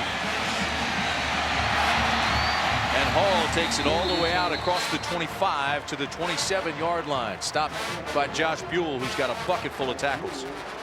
Let's go downstairs. Here's Sam. And Timmy, I found the Tostitos Fiesta Bowl Grand Marshal, Tom Lehman, who also happens to play the PGA Tour. How'd you get that title? Well, that's a good question, but I'm sure I'm enjoying it. It's a lot of fun. You were out there for the coin flip earlier. 77,000 screaming fans here. Different atmosphere than playing on the PGA Tour. Were you a little nervous out there? Well, not really, but it's a lot like a Ryder Cup. It's the same kind of energy, the same kind of feel. It's a lot of fun. Back to Tom in a bit, Tim. Ross has absolutely nothing around that left side. The Wildcats got him in a hurry. Let's go back to Sam. All right, Tom, PGA Tour opens up. The 2004 season opens up in Hawaii. When do you open your season? The Hawaiian Open in 2 weeks. Yep, looking forward to it.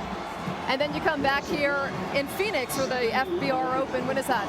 That's the end of January, right here in the hometown here in Phoenix. Looking forward to that a lot. It's, well, I think, one of the best tournaments of the season.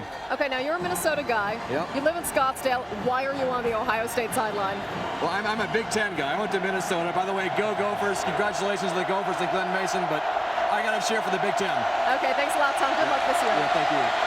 Second down and 11. A huge momentum switch taking place here. Krenzel's trying to stop it. And he does. Jenkins loose. Got the first down and more. And that will quiet the crowd, at least momentarily. A pickup of 19. Well, and that was just poor open field tackling that time by Cedric Williams. I said one of the coaching adjustments needs to be to keep the playbook open. This, nothing fancy, just a little hitch. But Cedric Williams got overextended on his feet. Otherwise, it would have been about 3rd and 4. But Michael Jenkins, a guy, you know where the ball's going to be. And a lot of times when a quarterback and a receiver get into sync, wherever the quarterback throws the ball to the inside, you cut to the inside because the defender's on the outside. You get to know all those different things when you play together this long. Big hole right side on first down. They pick up a chunk of yardage here. Big block by Shane Olivier. Ross still doesn't look 100%. Looks like he's banged up, but he continues to run hard. And not that hitch play was a huge play, but it was got some of the momentum back for Ohio State. And Michael Jenkins, time and time again in his career, we saw it at Penn State with a touchdown catch for the 21-20 win. And again, it wasn't a huge play in the grand scheme of the game, but it was a huge play in this drive. This is Brandon Joe. Spins his way close to the first down. See how they mark it. Wildcat saying his knee touched a yard short. But again, it'll be close.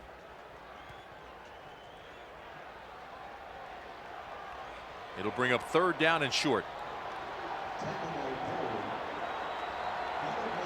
Krenzel's got a nice drive going here when it looked like the momentum had switched to the guys from Manhattan. Cannot be asleep if you're Kansas State. If you are assigned to Hartsock or Hamby, one of those tight ends, you better be ready for somebody to slip out in the play action. Brandon Schnitger in the ball game now. Hamby jumped off sides.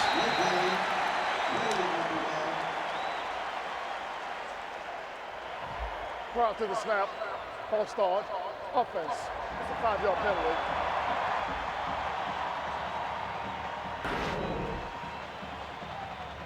Right tackle Olivier and Hamby, both of them flinched a little bit. I wonder if that was a hard 3 count by Krenzel. And we got a little jumpy. Knowing Krenzel and the veteran he is, he probably was trying to get a cheap one with a hard 3. So it brings up 3rd and long.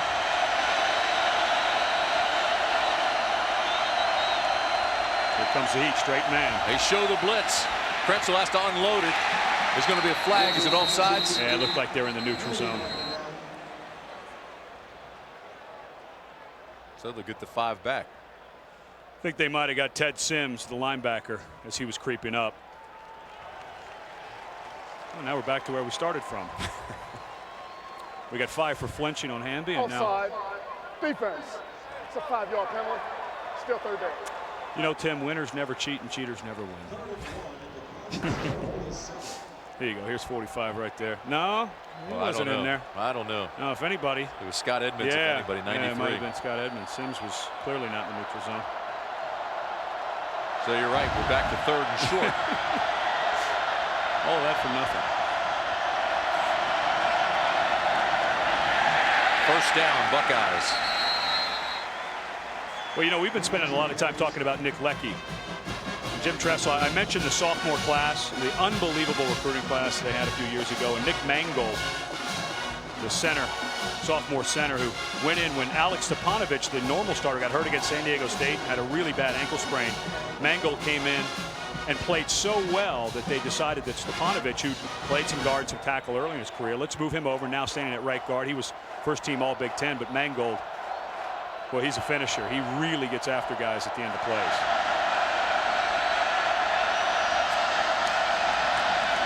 Krenzel again, 5-step drop, looking for the mismatch, going down deep, and bobbled as he goes out of bounds.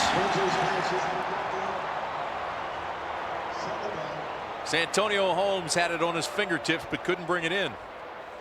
You know, Kansas State. Randy Jordan comes up a little gimpy. He had a hamstring problem earlier in the season. And I was going to say, Kansas State disguises its defenses so well. You know, they give you the same look every play. They blitz from different angles. It's critical for Krenzel to pick up any little nuance he can, and he's been pretty good at that tonight. And they try to wait till the last minute. This time, straight man coverage on the outside. Jordan does a really good job of turning and running right there along with him. Holmes, and that was a nice throw by Krenzel.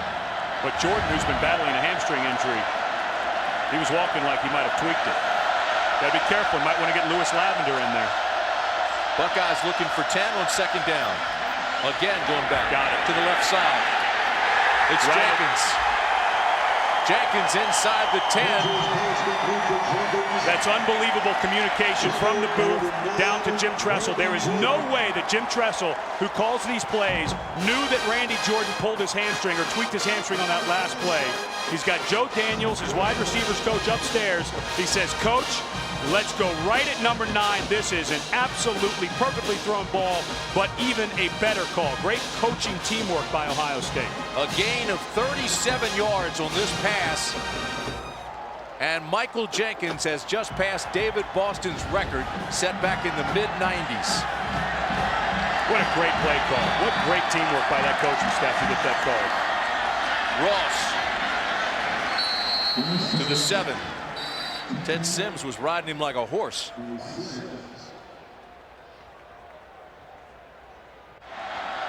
Ohio State spreads the field sideline to sideline. Krenzel looks in the corner to Jenkins. Touchdown. Oh, what a catch right over top of Lavender. Michael Jenkins.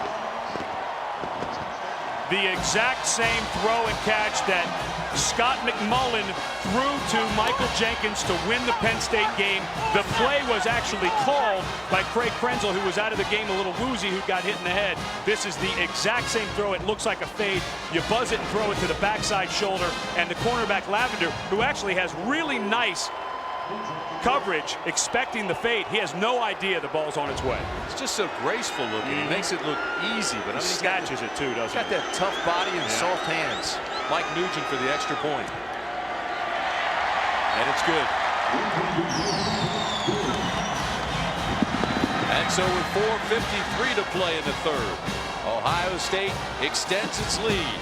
It's 28-14.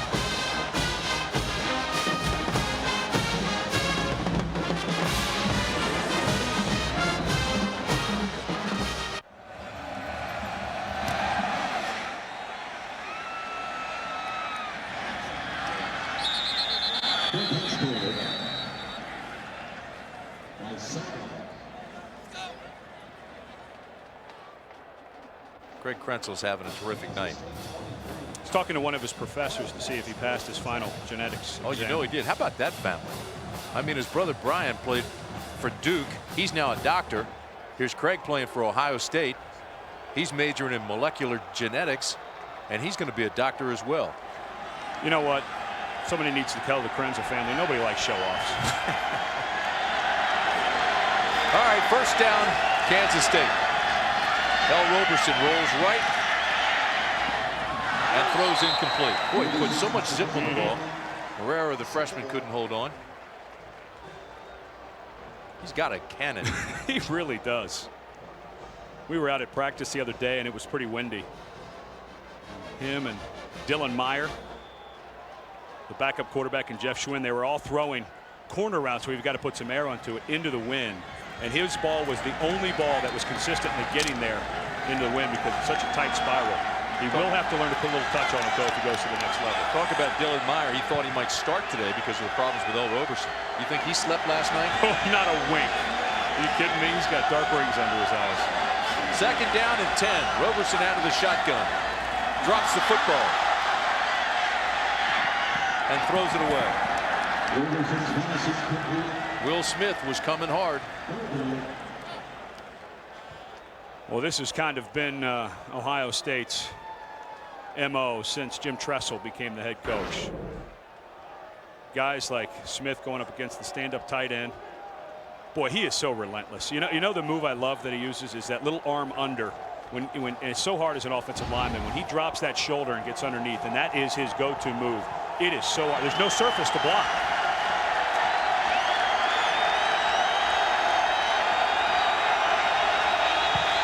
I would think maybe get Roberson out of the pocket, roll him to the right where the two receivers are, get him away from this heat for a second. They need 10. And throws behind the intended receiver, James Terry. It's just not there tonight. It's not. Well, and him and Terry have been off a lot. I think that maybe Roberson thought that Terry was going to sit down in that hole, and he continued to run his route. It's a broken play. I mean, the routes are over. There's Terry. No, he just threw it behind him. He did. That's yeah. He was wide open. Threw it right behind him. He sat down in the hook area, and there's nobody within 10 yards of him. He threw it behind him.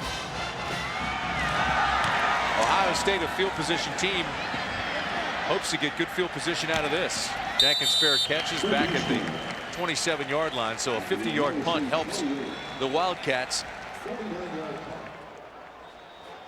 Wright's having a terrific night. 4:27 to play, 28-14. Timeout on the field. We'll take one as well.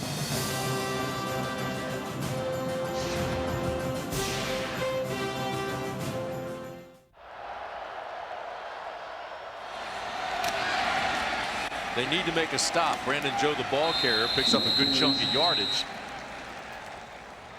And right at the beginning of this quarter, we were talking about the coaching points here for the second half. And keep the playbook open. And Jim Tressel's done that some. They haven't closed it completely. At 14 points, as explosive as Kansas State's offense was in the latter part of the season, you cannot feel comfortable with a 14-point lead, 4 minutes left in the third quarter. Well, when you pick up chunks of yardage like that on first down, you're going to be okay. You can open the playbook. Absolutely. Kretzel on a quarterback draw.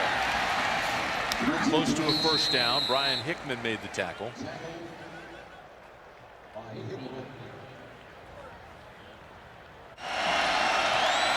Third down and 1. Straight ahead to go with a power game, and Brandon Joe, 245 pounds, hits up there like a sledgehammer. I don't think he got it. Brandon Joe, a guy who missed the first half of the season, tore his pec in preseason camp, and finally healthy. They had surgery to reattach it. And he was a guy, when we went up to visit and watched him at practice, at the end of practice, they had some live drills. Some of the second and third team guys running some live inside running drills, and Brandon Joe was the guy that was getting all the reps at tailback. Yeah, I guess my eyes are bad. So they moved the chains. It really looked like that one official coming in had his foot on the other side of the line. Ohio State continues to melt the clock. Oh, and they will allow this play clock every single time to get down to 6 or 7 seconds.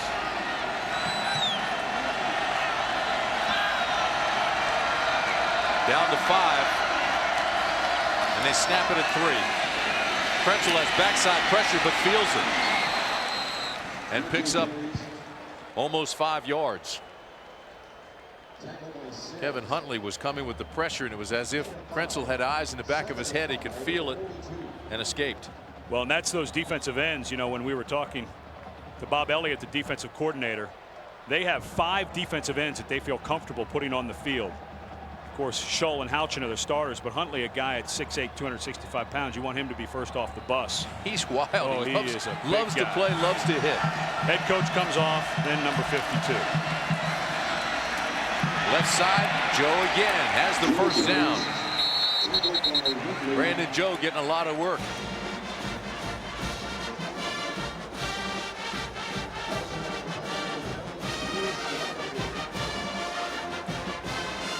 He's got to get the ball back. That look tells a pretty good story, though, doesn't it? Yeah, I mean, I would hate to think all the things that are going through that young man's head.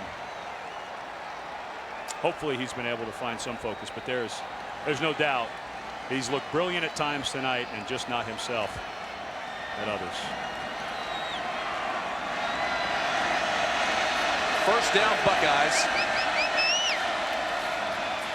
And on the waggle, Kretzel throws it away. You know, some of his best passes, and I'm not saying this facetiously, coaches certainly understand that some of your best passes are incompletions, and there certainly was a good play to throw it away.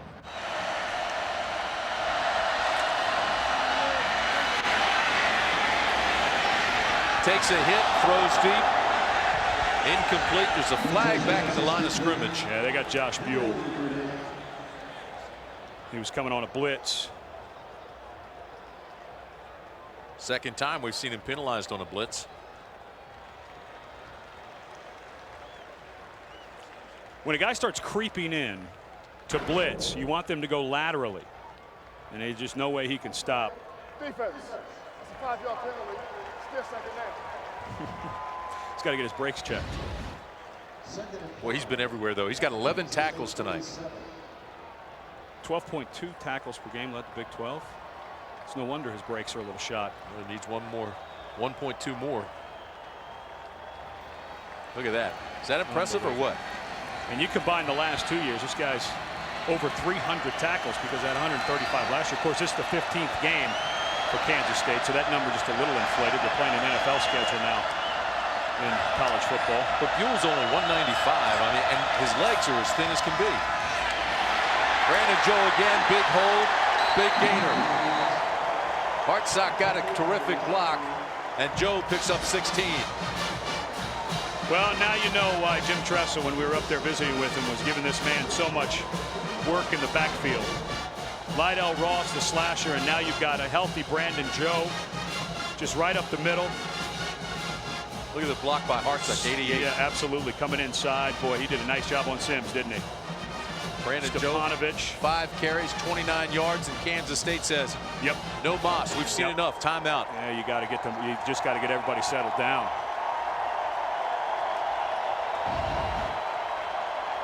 You know, this guy, I was talking earlier about him as a blocker. You want to talk about a guy who made some money in his senior year with NFL scouts looking at him. He's always been a very tough blocker. But he came into this year and really turned himself into a good receiving threat as well. That time we saw him, his blocking ability, but Krenzel finds him all the time in the middle of the field. Hartsock's wife, Amy, is a math teacher. She'll count up all that extra money he's making. Aerial coverage tonight by Tostitos, and it is a beautiful night in the Valley.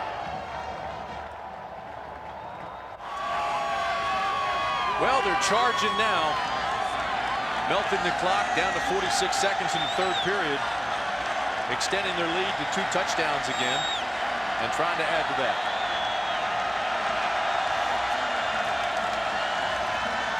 Again on the waggle. Krenzel looks deep.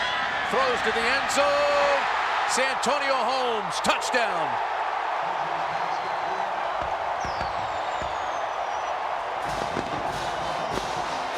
Well, the back judge waited forever to make the call. He wanted to make sure that Holmes dragged that foot and got it down. But I was a little hard on Krenzel earlier in the game. He had some throws that were way off the money. This one, you couldn't fly over in a helicopter and drop it in a better spot for Santonio to catch. A 31-yard strike from Krenzel, and watch the feet. Yep, and oh wow, he's getting ready for the NFL, dragging the toe. Nice job, Santonio. And once again, they were working on Lewis Lavender, who took Randy Jordan's place. 4th touchdown pass for Krenzel tonight. Just a freshman. They got a superstar in their hands at Ohio State. Mike Nugent adds the extra point. And everybody's starting to feel the excitement now with 37 seconds left in the third.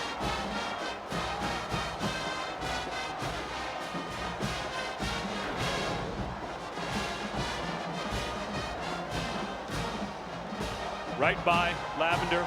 And it's not horrible coverage. But you don't expect a freshman to drag the left toe. I mean, he's got the right one in. It's already a touchdown. You just don't expect that. And you might as well, with that ability, you got to figure this guy's going to play for a paycheck someday. You might as well start working on your craft. Well, he is a terrific, explosive young talent. Started the season as a backup to Drew Carter. High school track guy. He's got that Florida speed out of Belglade, Florida.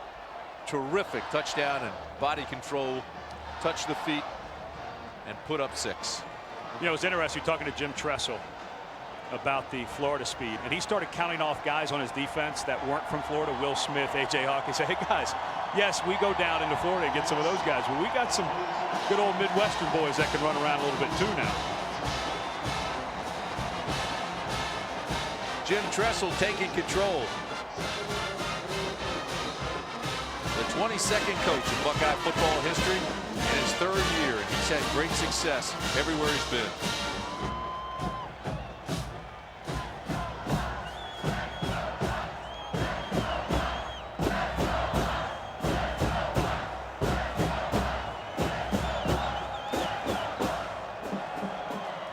Now Kansas State on offense, they're going to have to be in hurry up the entire 4th quarter if they want a shot at this. The Buckeyes don't want Sproles to return it, so they have been given that little pooch punt. This is Mack. A big return across the 50 and into Ohio State territory. So that time it backfired. Santonio Holmes, you mentioned Drew Carter went down.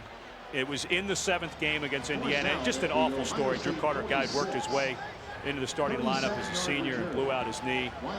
And the coaches, Jim Bowman and Jim Tressel, told us we just don't think earlier in the season he would have been able to handle all the things we ask him to do now. And it's that redshirt freshman, about midway through that redshirt freshman year, it's like that light bulb goes on. It happens to everybody. I remember it happening to me where the game slows down finally. It takes about a year and a half from high school to college before it doesn't look like guys are running 5,000 miles an hour. Roberson's got to go now. Throws a strike. He's got to complete. They're back inside the 30. Nope, and he's moving them too. James Terry all the way down to the 27. You cannot huddle for the rest of the game if you're Kansas State. No, time's a factor. Pickup of 19. This has been a very balanced attack all year, incredibly averaging over 200 yards passing. Yep. And over 200 yards running the football. One of only 7 teams in the country that can claim that. Roberson looks into the end zone and overthrows Polite. Stops the clock. Good coverage by Will Allen. 10 seconds remain in the third period. You know, you were telling that about Will Allen, one-year starter, an All-American, and without a doubt an NFL player. Had a chance to visit with him while we were up there, and it was really cool to hear how he took that time where he wasn't starting. I mean, he was not happy. He was behind a couple of good players, Doss and Nicky, and he said, I learned through watching them not only their good plays but also their bad plays, where they made mistakes. He said, I learned more from watching the mistakes they made than from the good plays that they made. Second down and 10. Throw to the flats. Got to complete again to Terry. Terry is just drilled, but he's close to a first down. Chris Gamble just laid him out.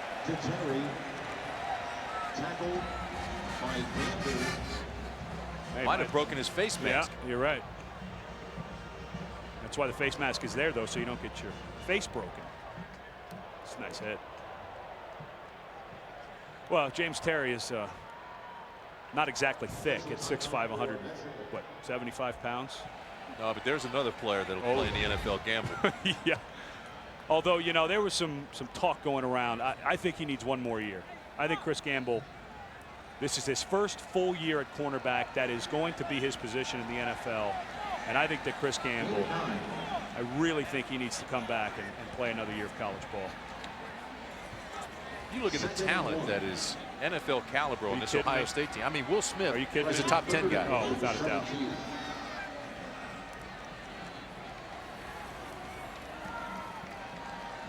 Although I don't know, who would you take, Will Smith or Dave Ball of UCLA, nation sack leader?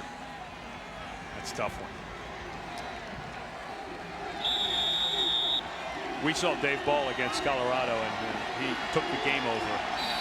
I saw the series. I saw Dave Ball and his brother at my house eat like 23 chicken breasts in 10 minutes.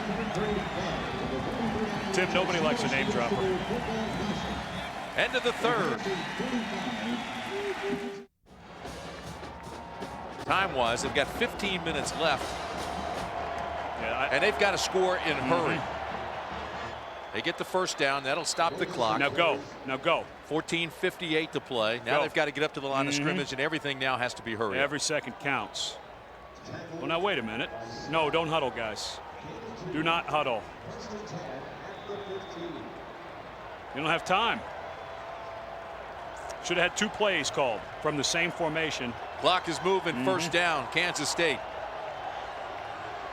Taking way too much time.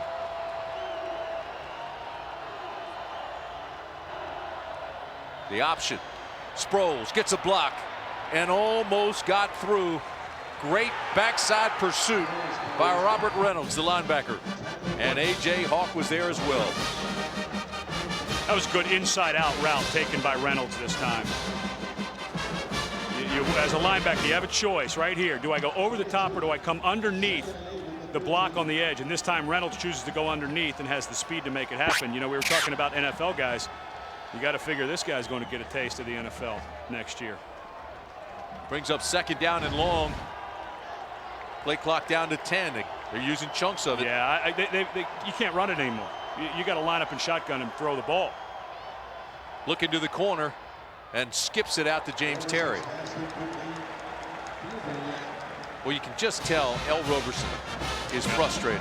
I mean, it's just his body language is telling you how frustrated he is. Roberson 9 of 30, 116 yards and an interception. Not an El Roberson night. Well, he had a couple of things on his mind the last 24 hours.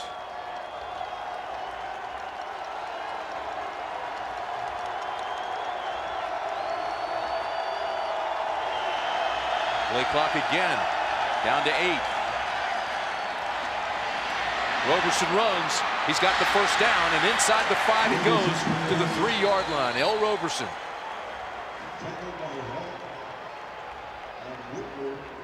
And that's, you know, Mark D'Antonio, the defensive coordinator. So that was so hard when you're looking at the film of L. Roberson. Perfect coverage by Ohio State. They only rushed 4, dropped 7. So there's nobody open. And the pocket's collapsing on him, and he runs down and picks up the first down. High school player of the year in Houston, Texas 5A offensive player of the year. And despite missing a couple games, he's accounted for more than half of the touchdowns. Here they go. This is Saba, and Saba scores. From 3 yards out, Io Saba with a touchdown, and it's 35-20. And this was good blocking on the edge by Kansas State, because you just don't expect a 245-pound fullback to have the speed to get outside. And the only reason he was able to was because of the lead blocks out in front. I'll guarantee you, partner, he's more than 245. 260, you think? He hadn't missed many meals lately. The extra point is good. There's 2 words that are not part of his vocabulary. I'm full. Right now, Ohio State doesn't have anybody up. And I think this would be a good chance to do a little bunt kick, a surprise onside kick. You think they have to do one at some point.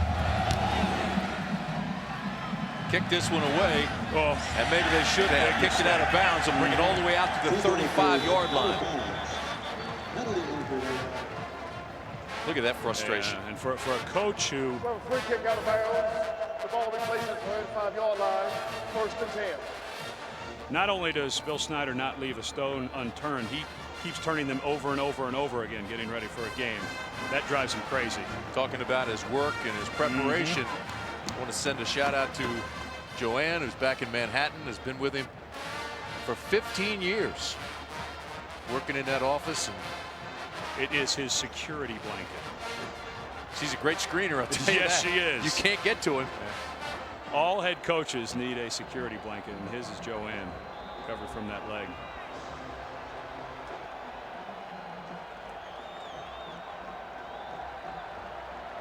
Yep. This Kansas State program should be called the Snyder football program. First down, Buckeyes. Krenzel to throw. Directs some traffic, runs, and picks up 3.5. Now that molecular genetics major needs to know to hook slide and stay in bounds.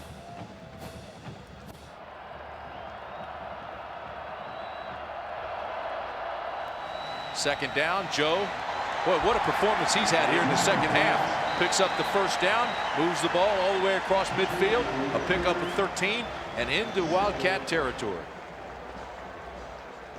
He'll run some folks over, won't he? Good changeup. And when you're trying to eat the clock, it's always nice to have a big bruiser in there. Boy, does he get his pads down. Tim, you played linebacker. Can you imagine trying to a 245-pound ball of muscle with his shoulder pads about a foot off the ground? Oh, my. It's a little difficult to get leverage on that. How about that offensive line to opening up some holes over the smaller defensive line of Kansas State? First down and 10. Off the left side they go and pick up 4.5.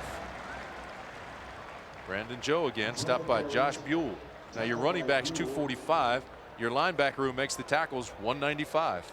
That's why he did it from behind and swept his legs. He doesn't want to go nose to nose with this fella. But now Bill Snyder on defense, I think it's time to start taking a few chances. You might have to bring some blitzes on running downs, just try to get any kind of momentum for your defense. You have to get some negative yardage plays. Maybe take your defensive ends, slant them inside, knowing you're going to lose contain. You've got to start taking a couple of risks on defense. Krenzel tonight, huge game, 4 touchdown passes. This is Ross. Ross carries. Gets out of bounds. Not what he wanted to do. Knocked out, stops the clock with 11:59 to play. There is a flag. Yeah, Ryan Hamby and Thomas Houchin got tangled up. I wonder if they're going to call the holding on Hamby.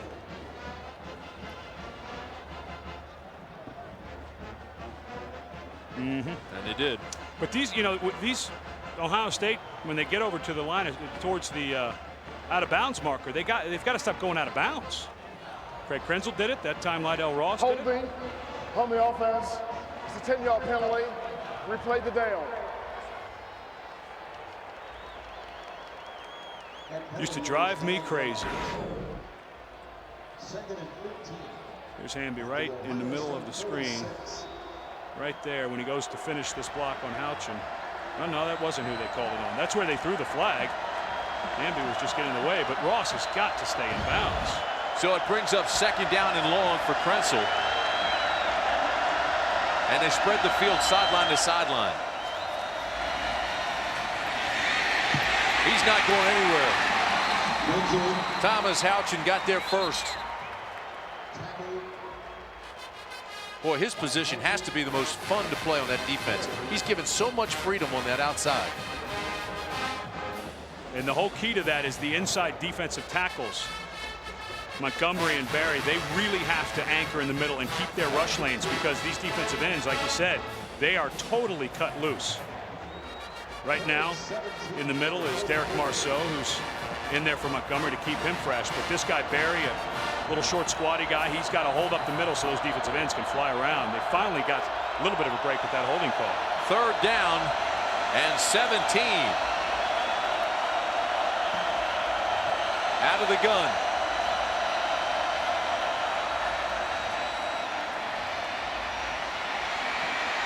Krenzel close to the line of scrimmage, incomplete. Childress couldn't hold on. He may have crossed the line of scrimmage. Alex Stepanovich is getting into it with Marceau, and a flag came down. I think Stepanovich thinks that Krenzel may have gotten hit late.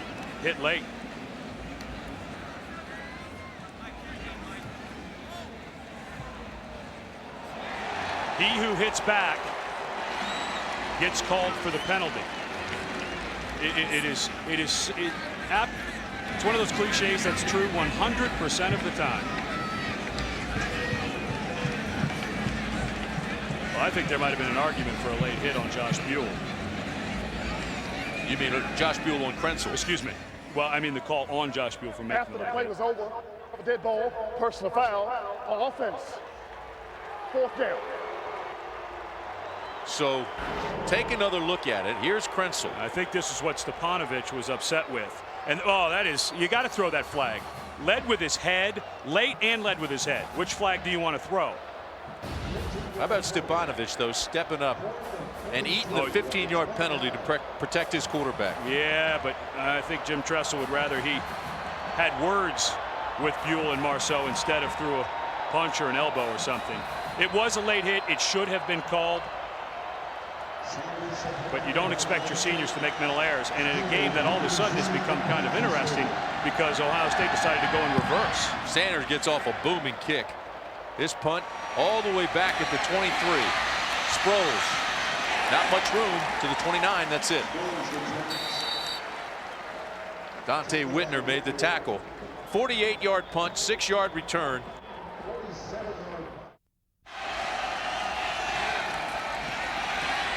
Roberson needs to get something going. Here he has a completion. This is Marrero. Marrero's got a 1st down out to the 40. His first catch.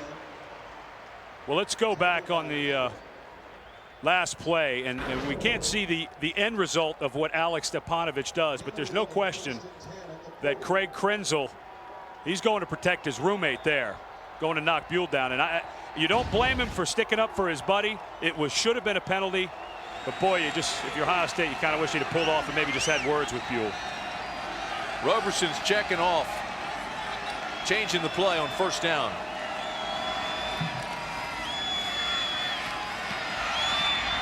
Throws, got it complete, another 1st down. Look out, Terry's loose, so Dennis correction. And it's a 1st down to the 43. 17-yard pickup, look out, here come the Wildcats. Davin Dennis on the top of the screen working against Dustin Fox. Fox turns his back. And that's the open field tackling that Mark D'Antonio preaches so much, because Dustin Fox got spun around. When he came back in, he was off balance. Pretty good hands to pick off a fastball. I mean, that ball comes in a hurry. There's a vapor trail behind it.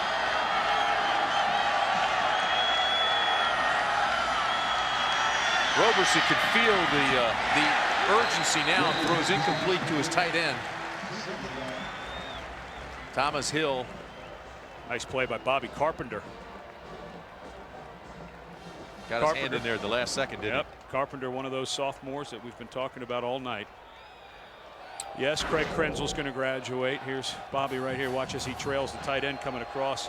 He's working one-on-one on Thomas Hill. Boy, that's can't play it any better. Brings up 2nd down and 10. Roberson throws, has it complete, move the chains, another 1st down. Clock stops. It's Dennis again. Dennis now has 4 catches. The clock stops at 9:41. And if Roberson doesn't have a cannon, Dante Whitner knocks this ball down. Watch number 9 flash. He read it perfectly. Man, that ball gets there in a hurry, doesn't it? Oh, I'm telling you, he's got a cannon hanging from that shoulder.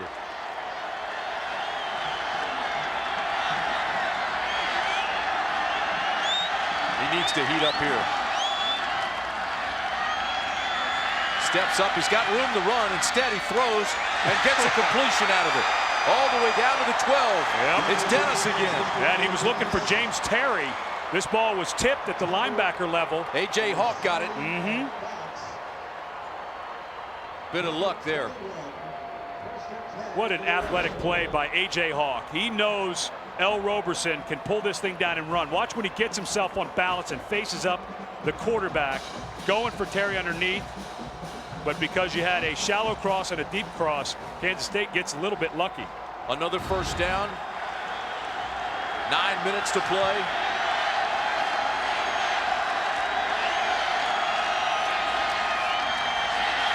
And nowhere for Roberson to run. Here's Robert Reynolds, the linebacker, and gets help from Carpenter. This looked like a setup run by L. Roberson. He looked like he went for the pump fake. And then was he just immediately going to pull it down on a quarterback draw? Yeah, they've got to go. This clock just continues to move. My point was going to be, I know you want to keep this part of your offense because it makes the defense stay honest, but you're just killing the clock by running the ball. Saw Snyder give a glance to the clock.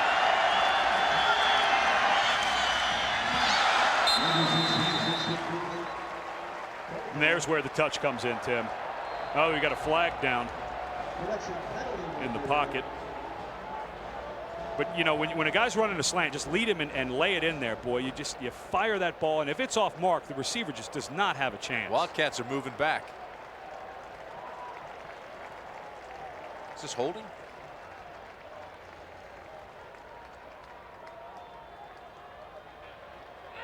After the play was over, have a dead ball, personal foul, offense. It's a 15-yard. Wow. Oh my. 15 yards. You know who just breathed a sigh of relief? It's Alex Stepanovich. Wow. Oh, that really hurts. Well, and at this point right now, 7 points is the only outcome you can have if you're Kansas State. Cut this in half. Don't get greedy. Don't think about the touchdown. Don't think about the 1st down. Think of a 7 or 8 yard route that they could run and try to get down towards 4th and 10.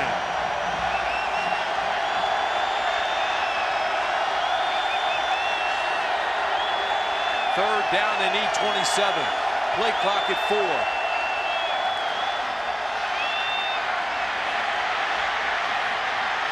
L. Roberson throws and overthrows. No, did he get it? Out of the back of the end zone goes Morera, but was that close? I was looking at the receiver at the goal line and not the back of the end zone. Nice throw by L. Roberson, but the pocket collapsed. He didn't have a choice but to come out, but these routes were called down towards the end zone. Looked like Morera caught it. Just couldn't tell from way up here whether he got that foot down or not. Well, they were right on the play. Yep. He had to be out. Yeah, it looks like Morera caught this ball. Yep, just barely missed it. I don't think field goal is going to help you too much here. 45-yard attempt by Joe Ream.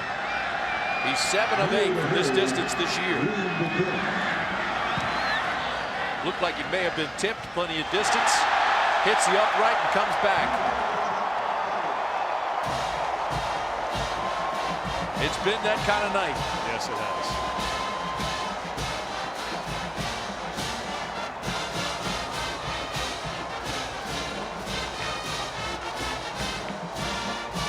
The clock moves under 8 minutes.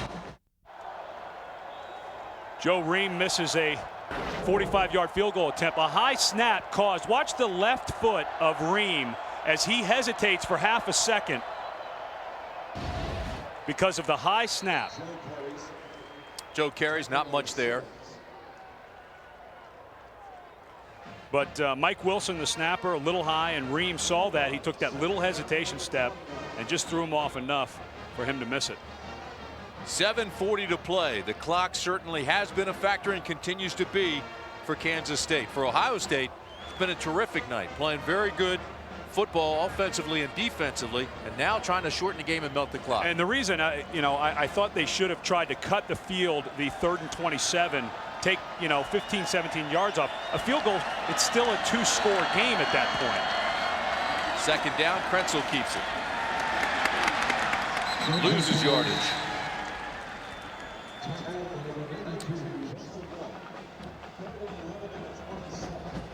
But it was the personal foul against Kansas State that put him in that hole at 3rd and 27. And then you go to 4th and 27 and try a field goal that I just don't know what it would have done for you at that time in the game. 3rd down and 11.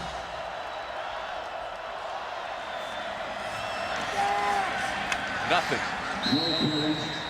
Brandon Joe had nowhere to run. He loses yardage again. It'll bring up 4th down and about 12. Well, the other thing with Kansas State coming away with no points on that drive, that allows Ohio State to play much more conservatively now on offense. Down 14, clock running at 6 minutes. And the way that Jim Tressel's defense plays, I don't know that I'd use the word comfortable right now, but he's got to feel a lot better after they came away with no points. Well, I know the Wildcats would love a big return here from Darren Sproles. They've been pooching it on the kickoffs to keep it away from him. B.J. Sander, the Ray Guy Award winner. I would try to get this out of bounds at about the 30-yard line and be happy with it. Tough punt to get to. He takes it on the run and fumbles it. Picks it up, gets a block, and that's it. They almost out-punted his coverage. Kicked it flat. 43-yard punt, -4 on the return.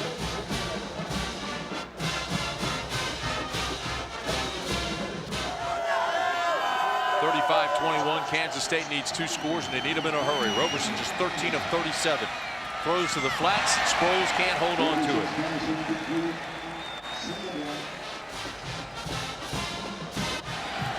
Terrific defensive performance by the Buckeyes tonight. That and the fact that L. Roberson just hasn't been in sync. 2nd down, they need 10. Has it complete. But James Terry's got the 1st down, gets out of bounds. 5:16 left in the game. What a great run after the catch. Sproles again getting there in a hurry, and James Terry did a wonderful job faking to the inside, then getting to the outside on Gamble. That's a nice run. Use the stiff arm and then get out of bounds so the clock stops.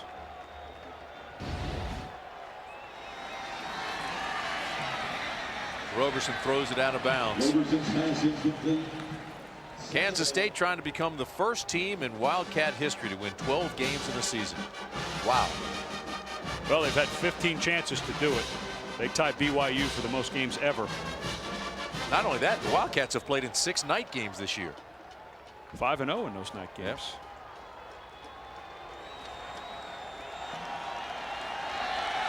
Second down and 10 for Roberson.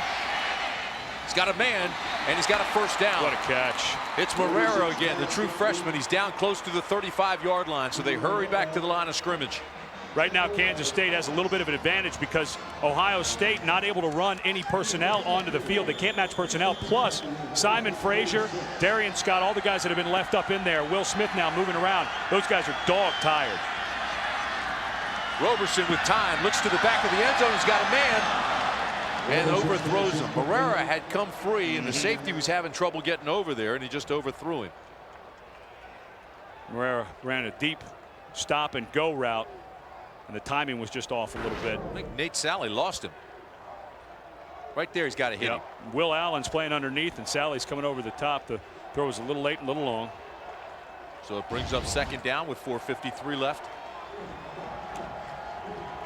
Ohio State bringing in Mike Kudla now at defensive end. They've got to get some fresh bodies on this defensive line to get some kind of heat on Roberson. Roberson just again overthrows it to Marrero. He was wide open in the flats. All he's got to do is flick it. Yeah, he's just been off all night. You know, when we were talking, when we went up and visited with Kansas State, Nell Roberson broke his hand, missed Massachusetts and Marshall. Really took the Marshall loss hard, and he came back against Oklahoma State and Texas. He said he really pushed and he was forcing too many things, and you just get that feeling tonight. You can't blame him with everything he's been through in the last 24 hours, but he's just forced it. Boy, Marrero's just been wide open. Ohio State got a timeout.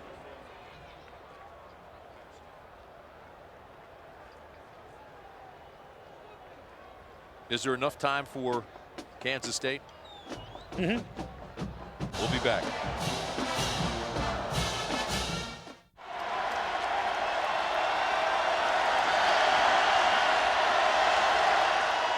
Clawing away with 4:46 to play. They need something to happen here big on 3rd and long. Over the middle and again thrown behind James Terry. Well, and Roberson expecting Terry to stop, but I mean, you know, you cannot do it all.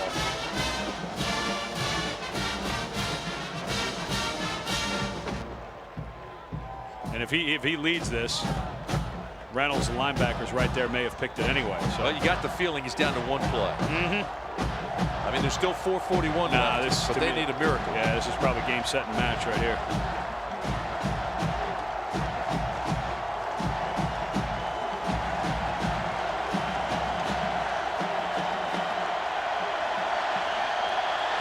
They need 10. Roberson throws. He's got the first. And down to the 13. Davin Dennis with the catch. Don't celebrate the first down. Get up and go. Much better throw that time. Stops the clock at 4:34 while they reset the chains. He gets him up to the line of scrimmage. Pickup of 24. Don't want to waste too much time with throws in front of the sticks or in front of the end zone.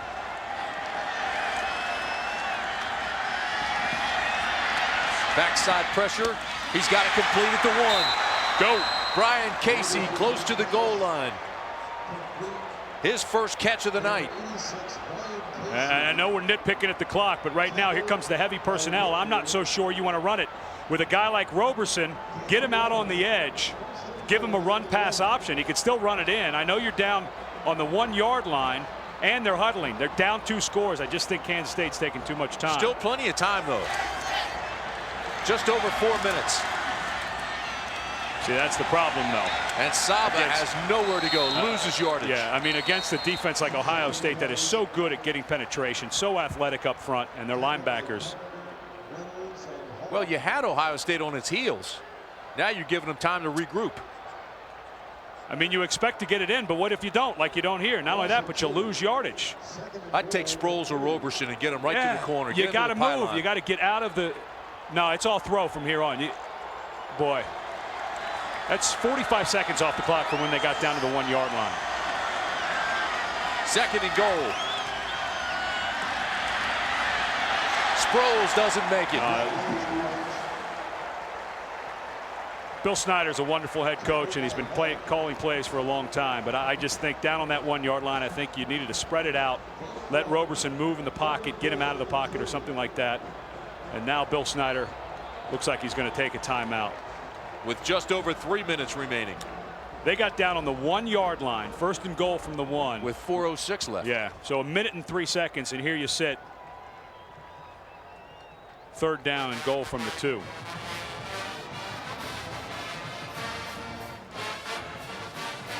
Whereas if you move the pocket and he throws it away, or finds a crease and gets it in, let's say he doesn't score, you're probably sitting at about 3:45 left on the clock. Well, of course, we're sitting here talking about the clock. It becomes a if they get it in and then recover the onside, but of course you never ever assume What do you think percentages of onside kicks are? About 15, 10% that you recover? Maybe. If you're lucky. You're assuming they'll have to go back on defense again. 3rd down and goal. Roberson trying to get to the corner. He didn't get it. Nope. His knee hit at the 1, and there's a flag. I think they got a face mask. He may be shaken up. Oh, his head got completely spun around. Reynolds coming inside out. Oh, I'm looking at another monitor, and this is not pretty. I hope he's okay.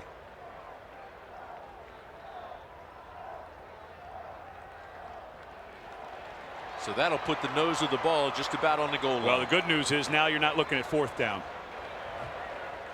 Personal foul. On the defense.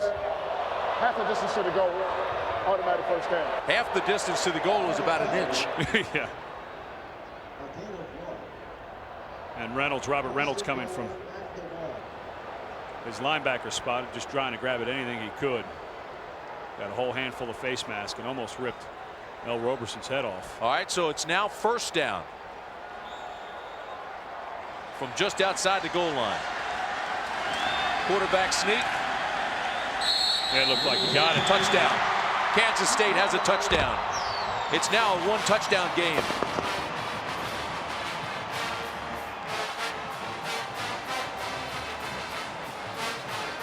And with 1 timeout left, make a very important PAT, and then it is onside kick time. If you had 3 timeouts left, Tim, you could probably kick it off. If you had 3 timeouts left, no question you would kick it off and try to pin him deep. But now with 1 timeout, I think you got to do a hopper, a short hopper. Joe Ream for the extra point attempt. Good snap, good hold. And the extra point is good. He splits the sticks. And it's a 7-point game.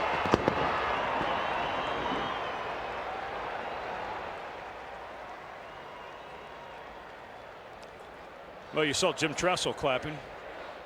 He may have broken his nose. Well, this was pretty bad.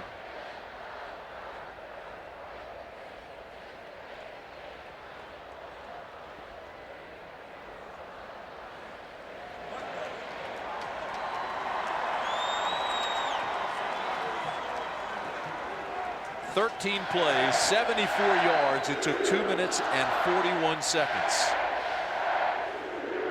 Clock management, well, Wildcats still have 2:47 left in the game. They just need to get the ball back. For Ohio State, they've played a marvelous football game. They want to get this kickoff and end this game. Let's go back and take a look at, they were just tending to L. Roberson's nose. Not a dirty play by Reynolds. He's just trying to make a tackle, but look how far. Oh, that face mask. I mean, he ended up with his earpiece on his nose. Looking at his ear hole. And that crushes your nose. I would be surprised if L. Roberson didn't injure his nose there. Not a dirty play at all by Reynolds. He's just trying to get over there and make a tackle. So now they set up for the onside kick. The sure hands team on for the Buckeyes. Pretzel waiting to get out on the field. I'm a big fan of hitting the ball as hard as you can on top and bouncing it straight up in the air. The ones that kind of run along the ground, they never seem to work. I like the ones where you scoop it right on the top, like you're trying to take the top of the ball off. It hits once, 10, 15 feet in the air, and see if you can't get under it. It's got to go 10 yards. There's your bounce. Kansas State's got it. Ball's still loose. There's a flag down. I think Kansas State may have touched it before, or is that offsides on Kansas State? Well, it's thrown down by the offside marker, down by the original kickoff scrimmage line. Still a scrum down there, fighting for the football.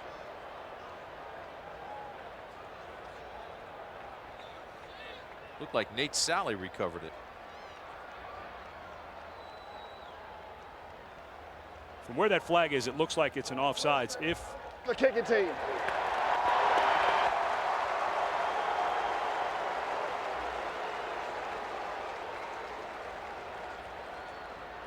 More importantly, who recovered it? If Ohio State got it, just decline it.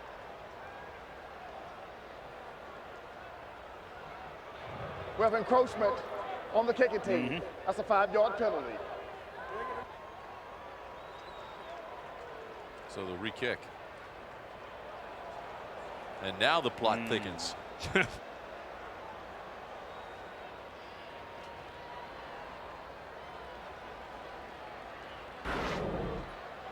we go. Take a look. Took a perfect bounce yes, right it there. Did. I thought that somebody from Kansas State was going to touch it. Well, they had it. Oh boy, yeah, they came down with it. Looked like Rashad Washington. Boy, what a nice play by Washington. Washington oh no, it still bounced around. No, it was still. No, but he got it and couldn't hold on to it. Yeah, exactly. It looked like he had a hold of it. Jenkins knocked it out of his hand. So they'll do it again. Oh, nice play by the short hopped it. And that's Bobby Carpenter. You don't expect a linebacker on your hands team. You think of tight ends, wide receivers up there. Bobby Carpenter. If that ball's not going to go 10 yards, go up and make a play on it because Kansas State cannot do anything about it. Watch him short hop it before he can take that big, dangerous hop. Really nice play. Close the distance between the football and yourself. Because you're right, if it takes one more bounce, it's going to hit you in the face mask going anywhere. Nice play. Yep, nice play by Carpenter.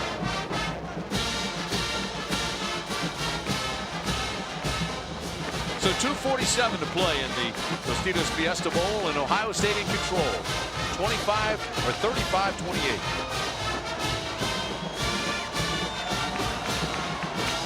Don't think they can quite run out the clock without a first down. Krenzel gives it to Joe. He doesn't gain any yardage. You want to save that last time out if you're Kansas State. If you get into a third down situation, that's when you will call it. They've got that one left.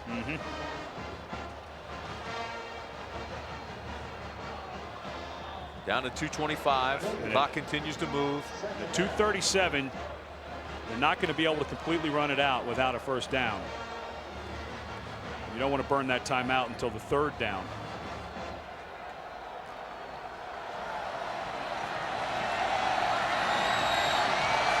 Krenzel again out of a tight formation. Now he had a flinch up top.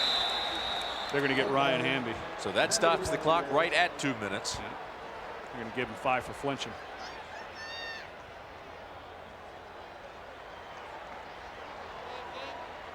And they'll move him back. Mr. Hamby's got to learn the snap count. That's second time tonight he's gone a little early. He's a fifth-year senior, too, that's graduated already. False start. Offense. 5 yards. Still second. Hamby's actually a sophomore. I was thinking of Hartsock. Hartsock's the one who's going to be playing for money next year. Hamby's got to wait a few years. Well, Krenzel set an Ohio State record tonight for most touchdown passes in a bowl game, 4 of them. He got the Buckeyes out of the blocks quickly after throwing an early pick in the first quarter. He struggled a little bit early. He underthrew a couple of balls for Michael Jenkins that looked like sure touchdowns, but he got it back on track. Second down and 15. Joe. Nothing. Now the timeout by Kansas State. Take a look at the 4 touchdown passes from Mr. Krenzel. Great throw to Santonio Holmes in the back of the end zone with Cedric Williams trailing. Michael Jenkins taking advantage of the play fake. Jenkins again. And then this one, I mean, that's just unbelievable control by Santonio Holmes. Got his right foot down and dragged the left toe. And there are his numbers: 11 of 24, 189 yards, 4 touchdowns, and the 2 interceptions. The first one, he had Jenkins wide open and just underthrew him. And you could see the disgust on his whole face. Here's the situation: 1:26 left in the ball game. It'll be 3rd down and 15. So Kansas State makes a stop. And then we'll sit back and see what Ohio State decides to do. As far as a field goal with one of the best in the country, Mike Nugent followed up his All-American season with another solid year. Well, and if you are thinking field goal, and I think you're at the part of the field 42 yards, you know, you're looking at it's a tough call. Yeah, you don't want to give call. You Kansas State good field position. You don't want to throw. I don't think you want to throw it here because you just don't burn enough clock. But if you're going to go for a field goal, you've got to pick up probably, what, 8 or 10 yards before you feel comfortable. We're sending Mike Nugent out. Oh, easy. You know, I take that back. I wouldn't be surprised if we'll play action pass. Something safe, and maybe Krenzel give him a run pass option. 3rd down, 15. Tight formation. They run it. This is Ross. Ross goes to the 35, but goes out of bounds. And what stops a mistake. The clock with 1:20 left. Oh, that's a huge mistake. So the Wildcats get a break. And Ross is talking to the coaches.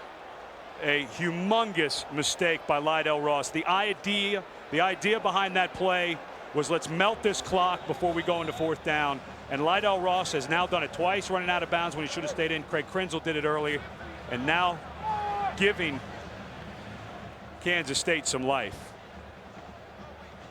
This clock would be down to about 52 seconds had he not gone out of bounds. B.J. Sander comes out for the punt.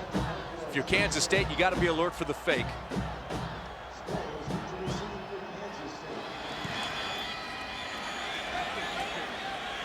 Now the flags are down everywhere. I think they might have had delay of game. What a great punt, too, that went out of bounds at the 2. Offense. B.J. Sander, he just looks and hangs his head. He knows he got a perfect punt off that went out on the 2, and he'll have to try it again. You know what? If I'm Bill Snyder, I'd decline this penalty. I mean, this Have penalty. a delay of game. Offense. Please reset. 1 minute, 20 seconds. Thank you. I would decline this because you don't want B.J. Sander to have more room to try to knock it down inside the 5. But he knocked it out at the 2. Why would you take it at the 2? Oh, excuse me. Good point. Thanks. Good correction. Well, no, it's a dead ball foul, Tim. They wouldn't have the result of the play. Sander punts again. This is a high tail wagger, and again, he's trying to pooch it inside the 20. Sproles takes it at the 10 and is thrown down at the 9. A 30-yard punt that was just perfectly executed by B.J. Sander, and Will Allen made the tackle. Instead of the 2, they got it at the 10, so there's a little bit of a benefit for Kansas State. I guess my idea of declining was dumber than dumb. So with 1:12 left, they've got to go 90 yards to tie the game or win it with a 2-point conversion. With the clock stopping in college football on 1st downs, you can work the middle of the field, but if you do it, they better be beyond the stakes. Well, they've got to do it with no timeouts. None left. Here we go. Roberson out of the gun.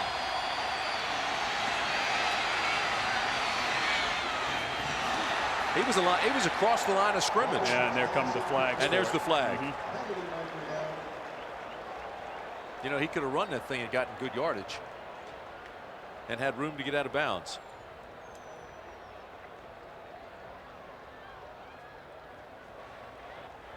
On the play, we have an illegal. Yes, it's a 5-yard penalty and loss of down. You know, it just has not been L. Roberson that we've seen all year. No, and even that throw was behind. But the decision, I mean, you would have thought. Right. I mean, he's a guy who does it with his legs. He had wide open spaces and room to get out of bounds at the end of the run.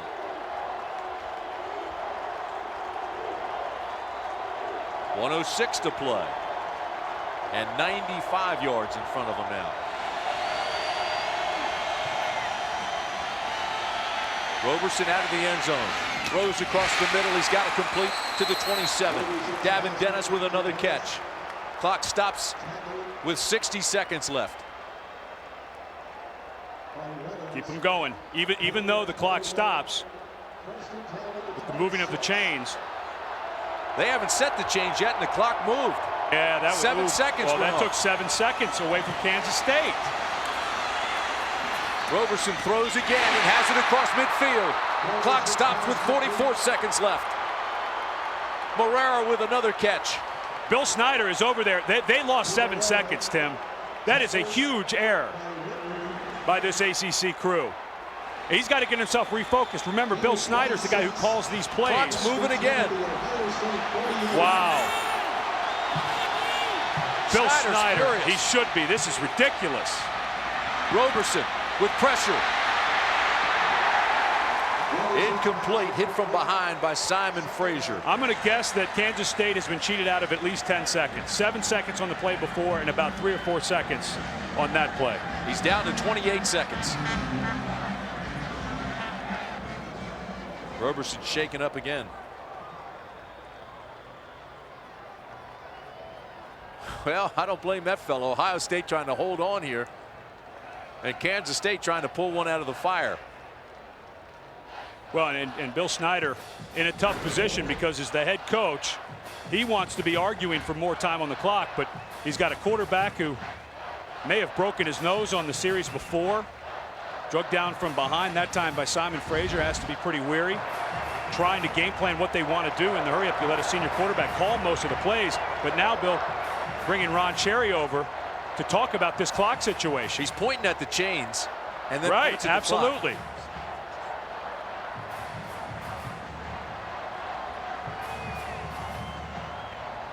They're going to go back and look at this film and add up the seconds and send a complaint to these officials about how much time they were cheated out of. Bill Snyder is absolutely correct in this argument.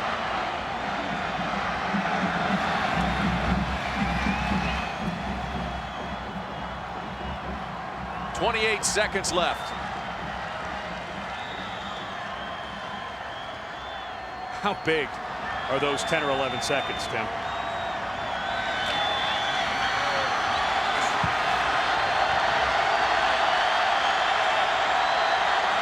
Crowd's on its feet. Underneath they go. Sproles can't get anywhere. The clock continues to move. In the middle of the field, you can't be behind the sticks. You're already behind the clock. Here you are at 15 seconds. 14, 13. They've got to go. And he downs it. So with 9 seconds left, he'll have 1 shot left. Well, I think you actually have 2. With 9 seconds, I think you can get by the sticks. Something around the sidelines. You think they'll go for the heave-ho? I would. And look for a Doug Flutie-like reaction. Yeah. I always like to be a little closer on the heave-ho, and you could get this first down. If you do that, then you have just the one play, so you're going to heave-ho either way. So they're in the formation. It looks like they'll roll to the left and give it the heave-ho to the trips receivers, and Ohio State wisely calling a timeout to reset their defense. That formation leads you to believe that Bill Snyder, in fact, did call the last toss. Because the problem is, if you just go for the first, you've got too many problems that could happen. Not get the first, you get down short of the first, time expires. The only concern with your receivers having to run 50 yards, it's going to take them a little over 5 seconds to get down into the end zone. Well, in that 5 seconds against this defense, you may get pressure before you get it off. That's why if you could get it down inside to about the 35-yard line in the first down, now it's a shorter run for those receivers. Pressure is not as big of a part of the play. Well, we just set a record. This is the longest Fiesta Bowl ever played, beating last year's game, which went into overtime.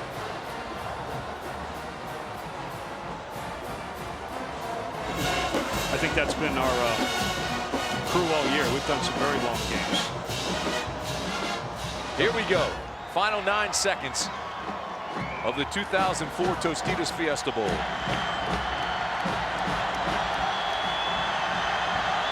Jim Tressel trying to hold on again for the 2nd year in a row on this field. Roberson throws it high. And it's over. Ohio State wins it. The Buckeyes go to 11-2 on the year as a BCS at-large team, and winning here in Tempe for the 2nd straight year. The defending national champions will relinquish that title, but they finish on a successful note and end up 11-2. One of the things that Ohio State talked about was they did not want to come back to the field that they made history on and ruin that memory. They can be very proud of the effort they brought. Boy, did they play so well on defense tonight against a very explosive L. Roberson and Darren Sproles.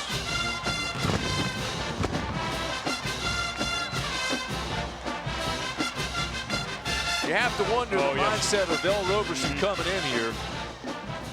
with the complaint filed early yesterday morning and the allegation of a sexual assault. Well, we all know early in the game Ohio State's defense was absolutely dominant for about the first quarter and a half. So that had something to do with it. But I don't think there's any question, Tim, that what transpired in the last just over a day had a major impact on Kansas State and, more importantly, their quarterback, El Roberson. He was just not the guy that we had seen, especially in that 7-game winning streak.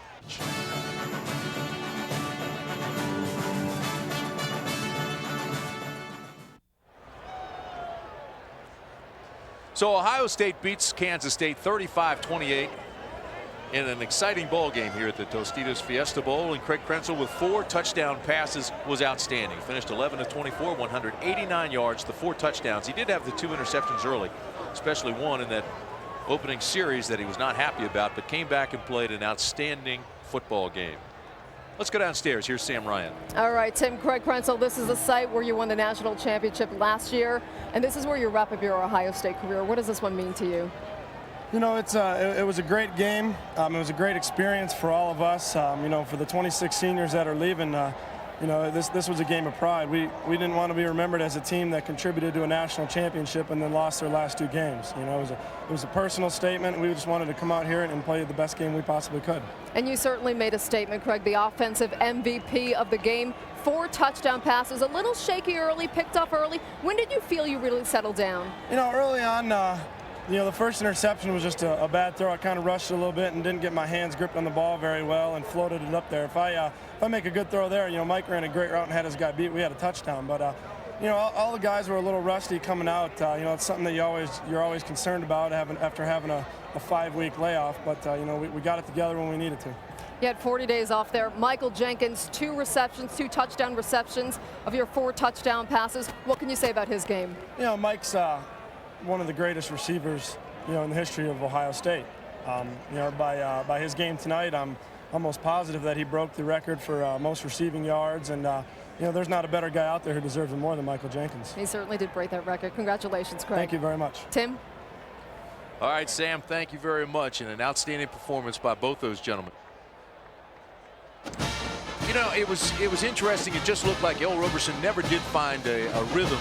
He never got his timing, and even on short passes, he was throwing with too much velocity. There was only a couple of times during this game at the end of the first half, and there was a couple of drives in there, late third, early fourth quarter, where he looked anything close to what we had seen this season out of El Roberson. You just have to think that what transpired in the last 24 hours had to have a major impact in his mind. Talked about Ohio State with the #1 defense in the nation against the run, and they certainly showed that against Darren Sproles. Well, and here was an offense for Kansas State on their 7-game winning streak that averaged nearly 300 yards per game rushing, and the Ohio State defense held them to 86 yards today. That was an unbelievable effort, and Mark D'Antonio, their defensive coordinator, begins his new job tomorrow as the head coach at the University of Cincinnati. He should be very proud of how his guys bounced back after the loss to Michigan. Always talk about the run defense, but Chris Gamble and Will Allen remind us that the secondary was awfully strong as well. Let's go back to Sam. All right, thanks a lot, Tim. Thanks a lot, everybody. Ladies and gentlemen, this is what they play for. Some hardware which we have to present. Joining me, a couple of important fellows to present this hardware.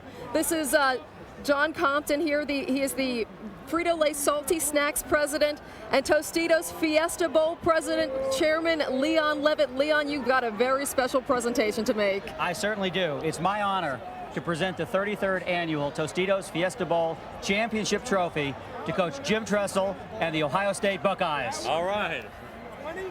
Coach Tressel, you do it here again in Tempe, another Fiesta Bowl championship for your team. Your team has won so many close games this season. They have the ability also to beat the Big 12 champs. What does it say about your team? Well, I'll tell you what, Kansas State's a great football team, and their kids played awfully hard, and our kids just kept playing, and so proud of our players and our coaches and our fans and everyone here. It's a great place to be. You guys kept playing. We spoke to your offensive MVP, Craig Krenzel, who had 4 touchdowns on the game. What can you say about Craig today? Well, Craig Krenzel keeps reminding me he's a good football player, not just a scholar. But he's awful proud of that academic Heisman he won as well. He's a winner. He's a leader. We're going to miss him. One of 26 seniors that you guys are losing. What can you say about your seniors? you know, they're a special group. There was a lot expected of them this year. You know, when you come off a national championship, they had some adversities. They had some tough things to deal with. They handled it all at first class. They're special. Thanks a lot, Jim. Now, we just spoke to Craig Krenzel. Where's A.J. Hawk, the defensive MVP of the game? A.J. Hawk, the defensive player of the game. A.J. Hawk, you guys have done it all year on defense, the #1 defense in the nation, stopping the run. What can you say about the way you guys played tonight? You know, our defensive line, I say all the time, big guy like Tim Anderson, Will Smith, and Darian Scott, these seniors come out here and do everything for us guys to run around, try to have fun, just play ball. So, I mean, we're excited to come out and get a victory for these seniors and send them off right. And I mentioned defensive MVP of the game. What does this one mean to you? Oh, I don't really think I deserve that. I think you should give that to, you know, we have 15, 16 guys all that played in this game on defense that played unbelievable. I don't think I did anything really special, but it's nice you guys to give it to me.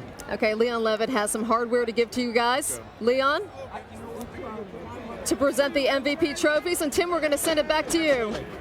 I'd like to present all right, Sam, thank you very much as the presentation. MVP trophy to Craig Krenzel from the Ohio State Buckeyes.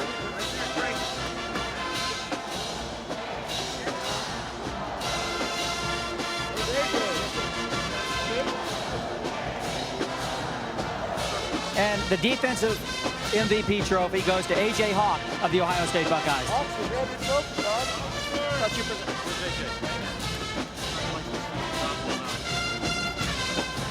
Okay, thanks a lot, everybody. Congratulations, guys. Timmy, back upstairs. All right, Sam. Thank you very much as the party continues here in Tempe. The presentations of the awards. So the 33rd annual Tostitos Fiesta Bowl ends with the defending national champion Ohio State Buckeyes winning on the same field they won the national championship on just a year ago. Unbelievable that Jim Tressel is now 15-5 in games decided by 7 points or less, 6-1 this season. It's unreal what him and his staff do in close games. ABC is online, keyword ABC Sports. For Ed Cunningham and Sam Ryan, I'm Tim Brandt. So long from Tempe. And we thank each and every one of you for your attendance this evening.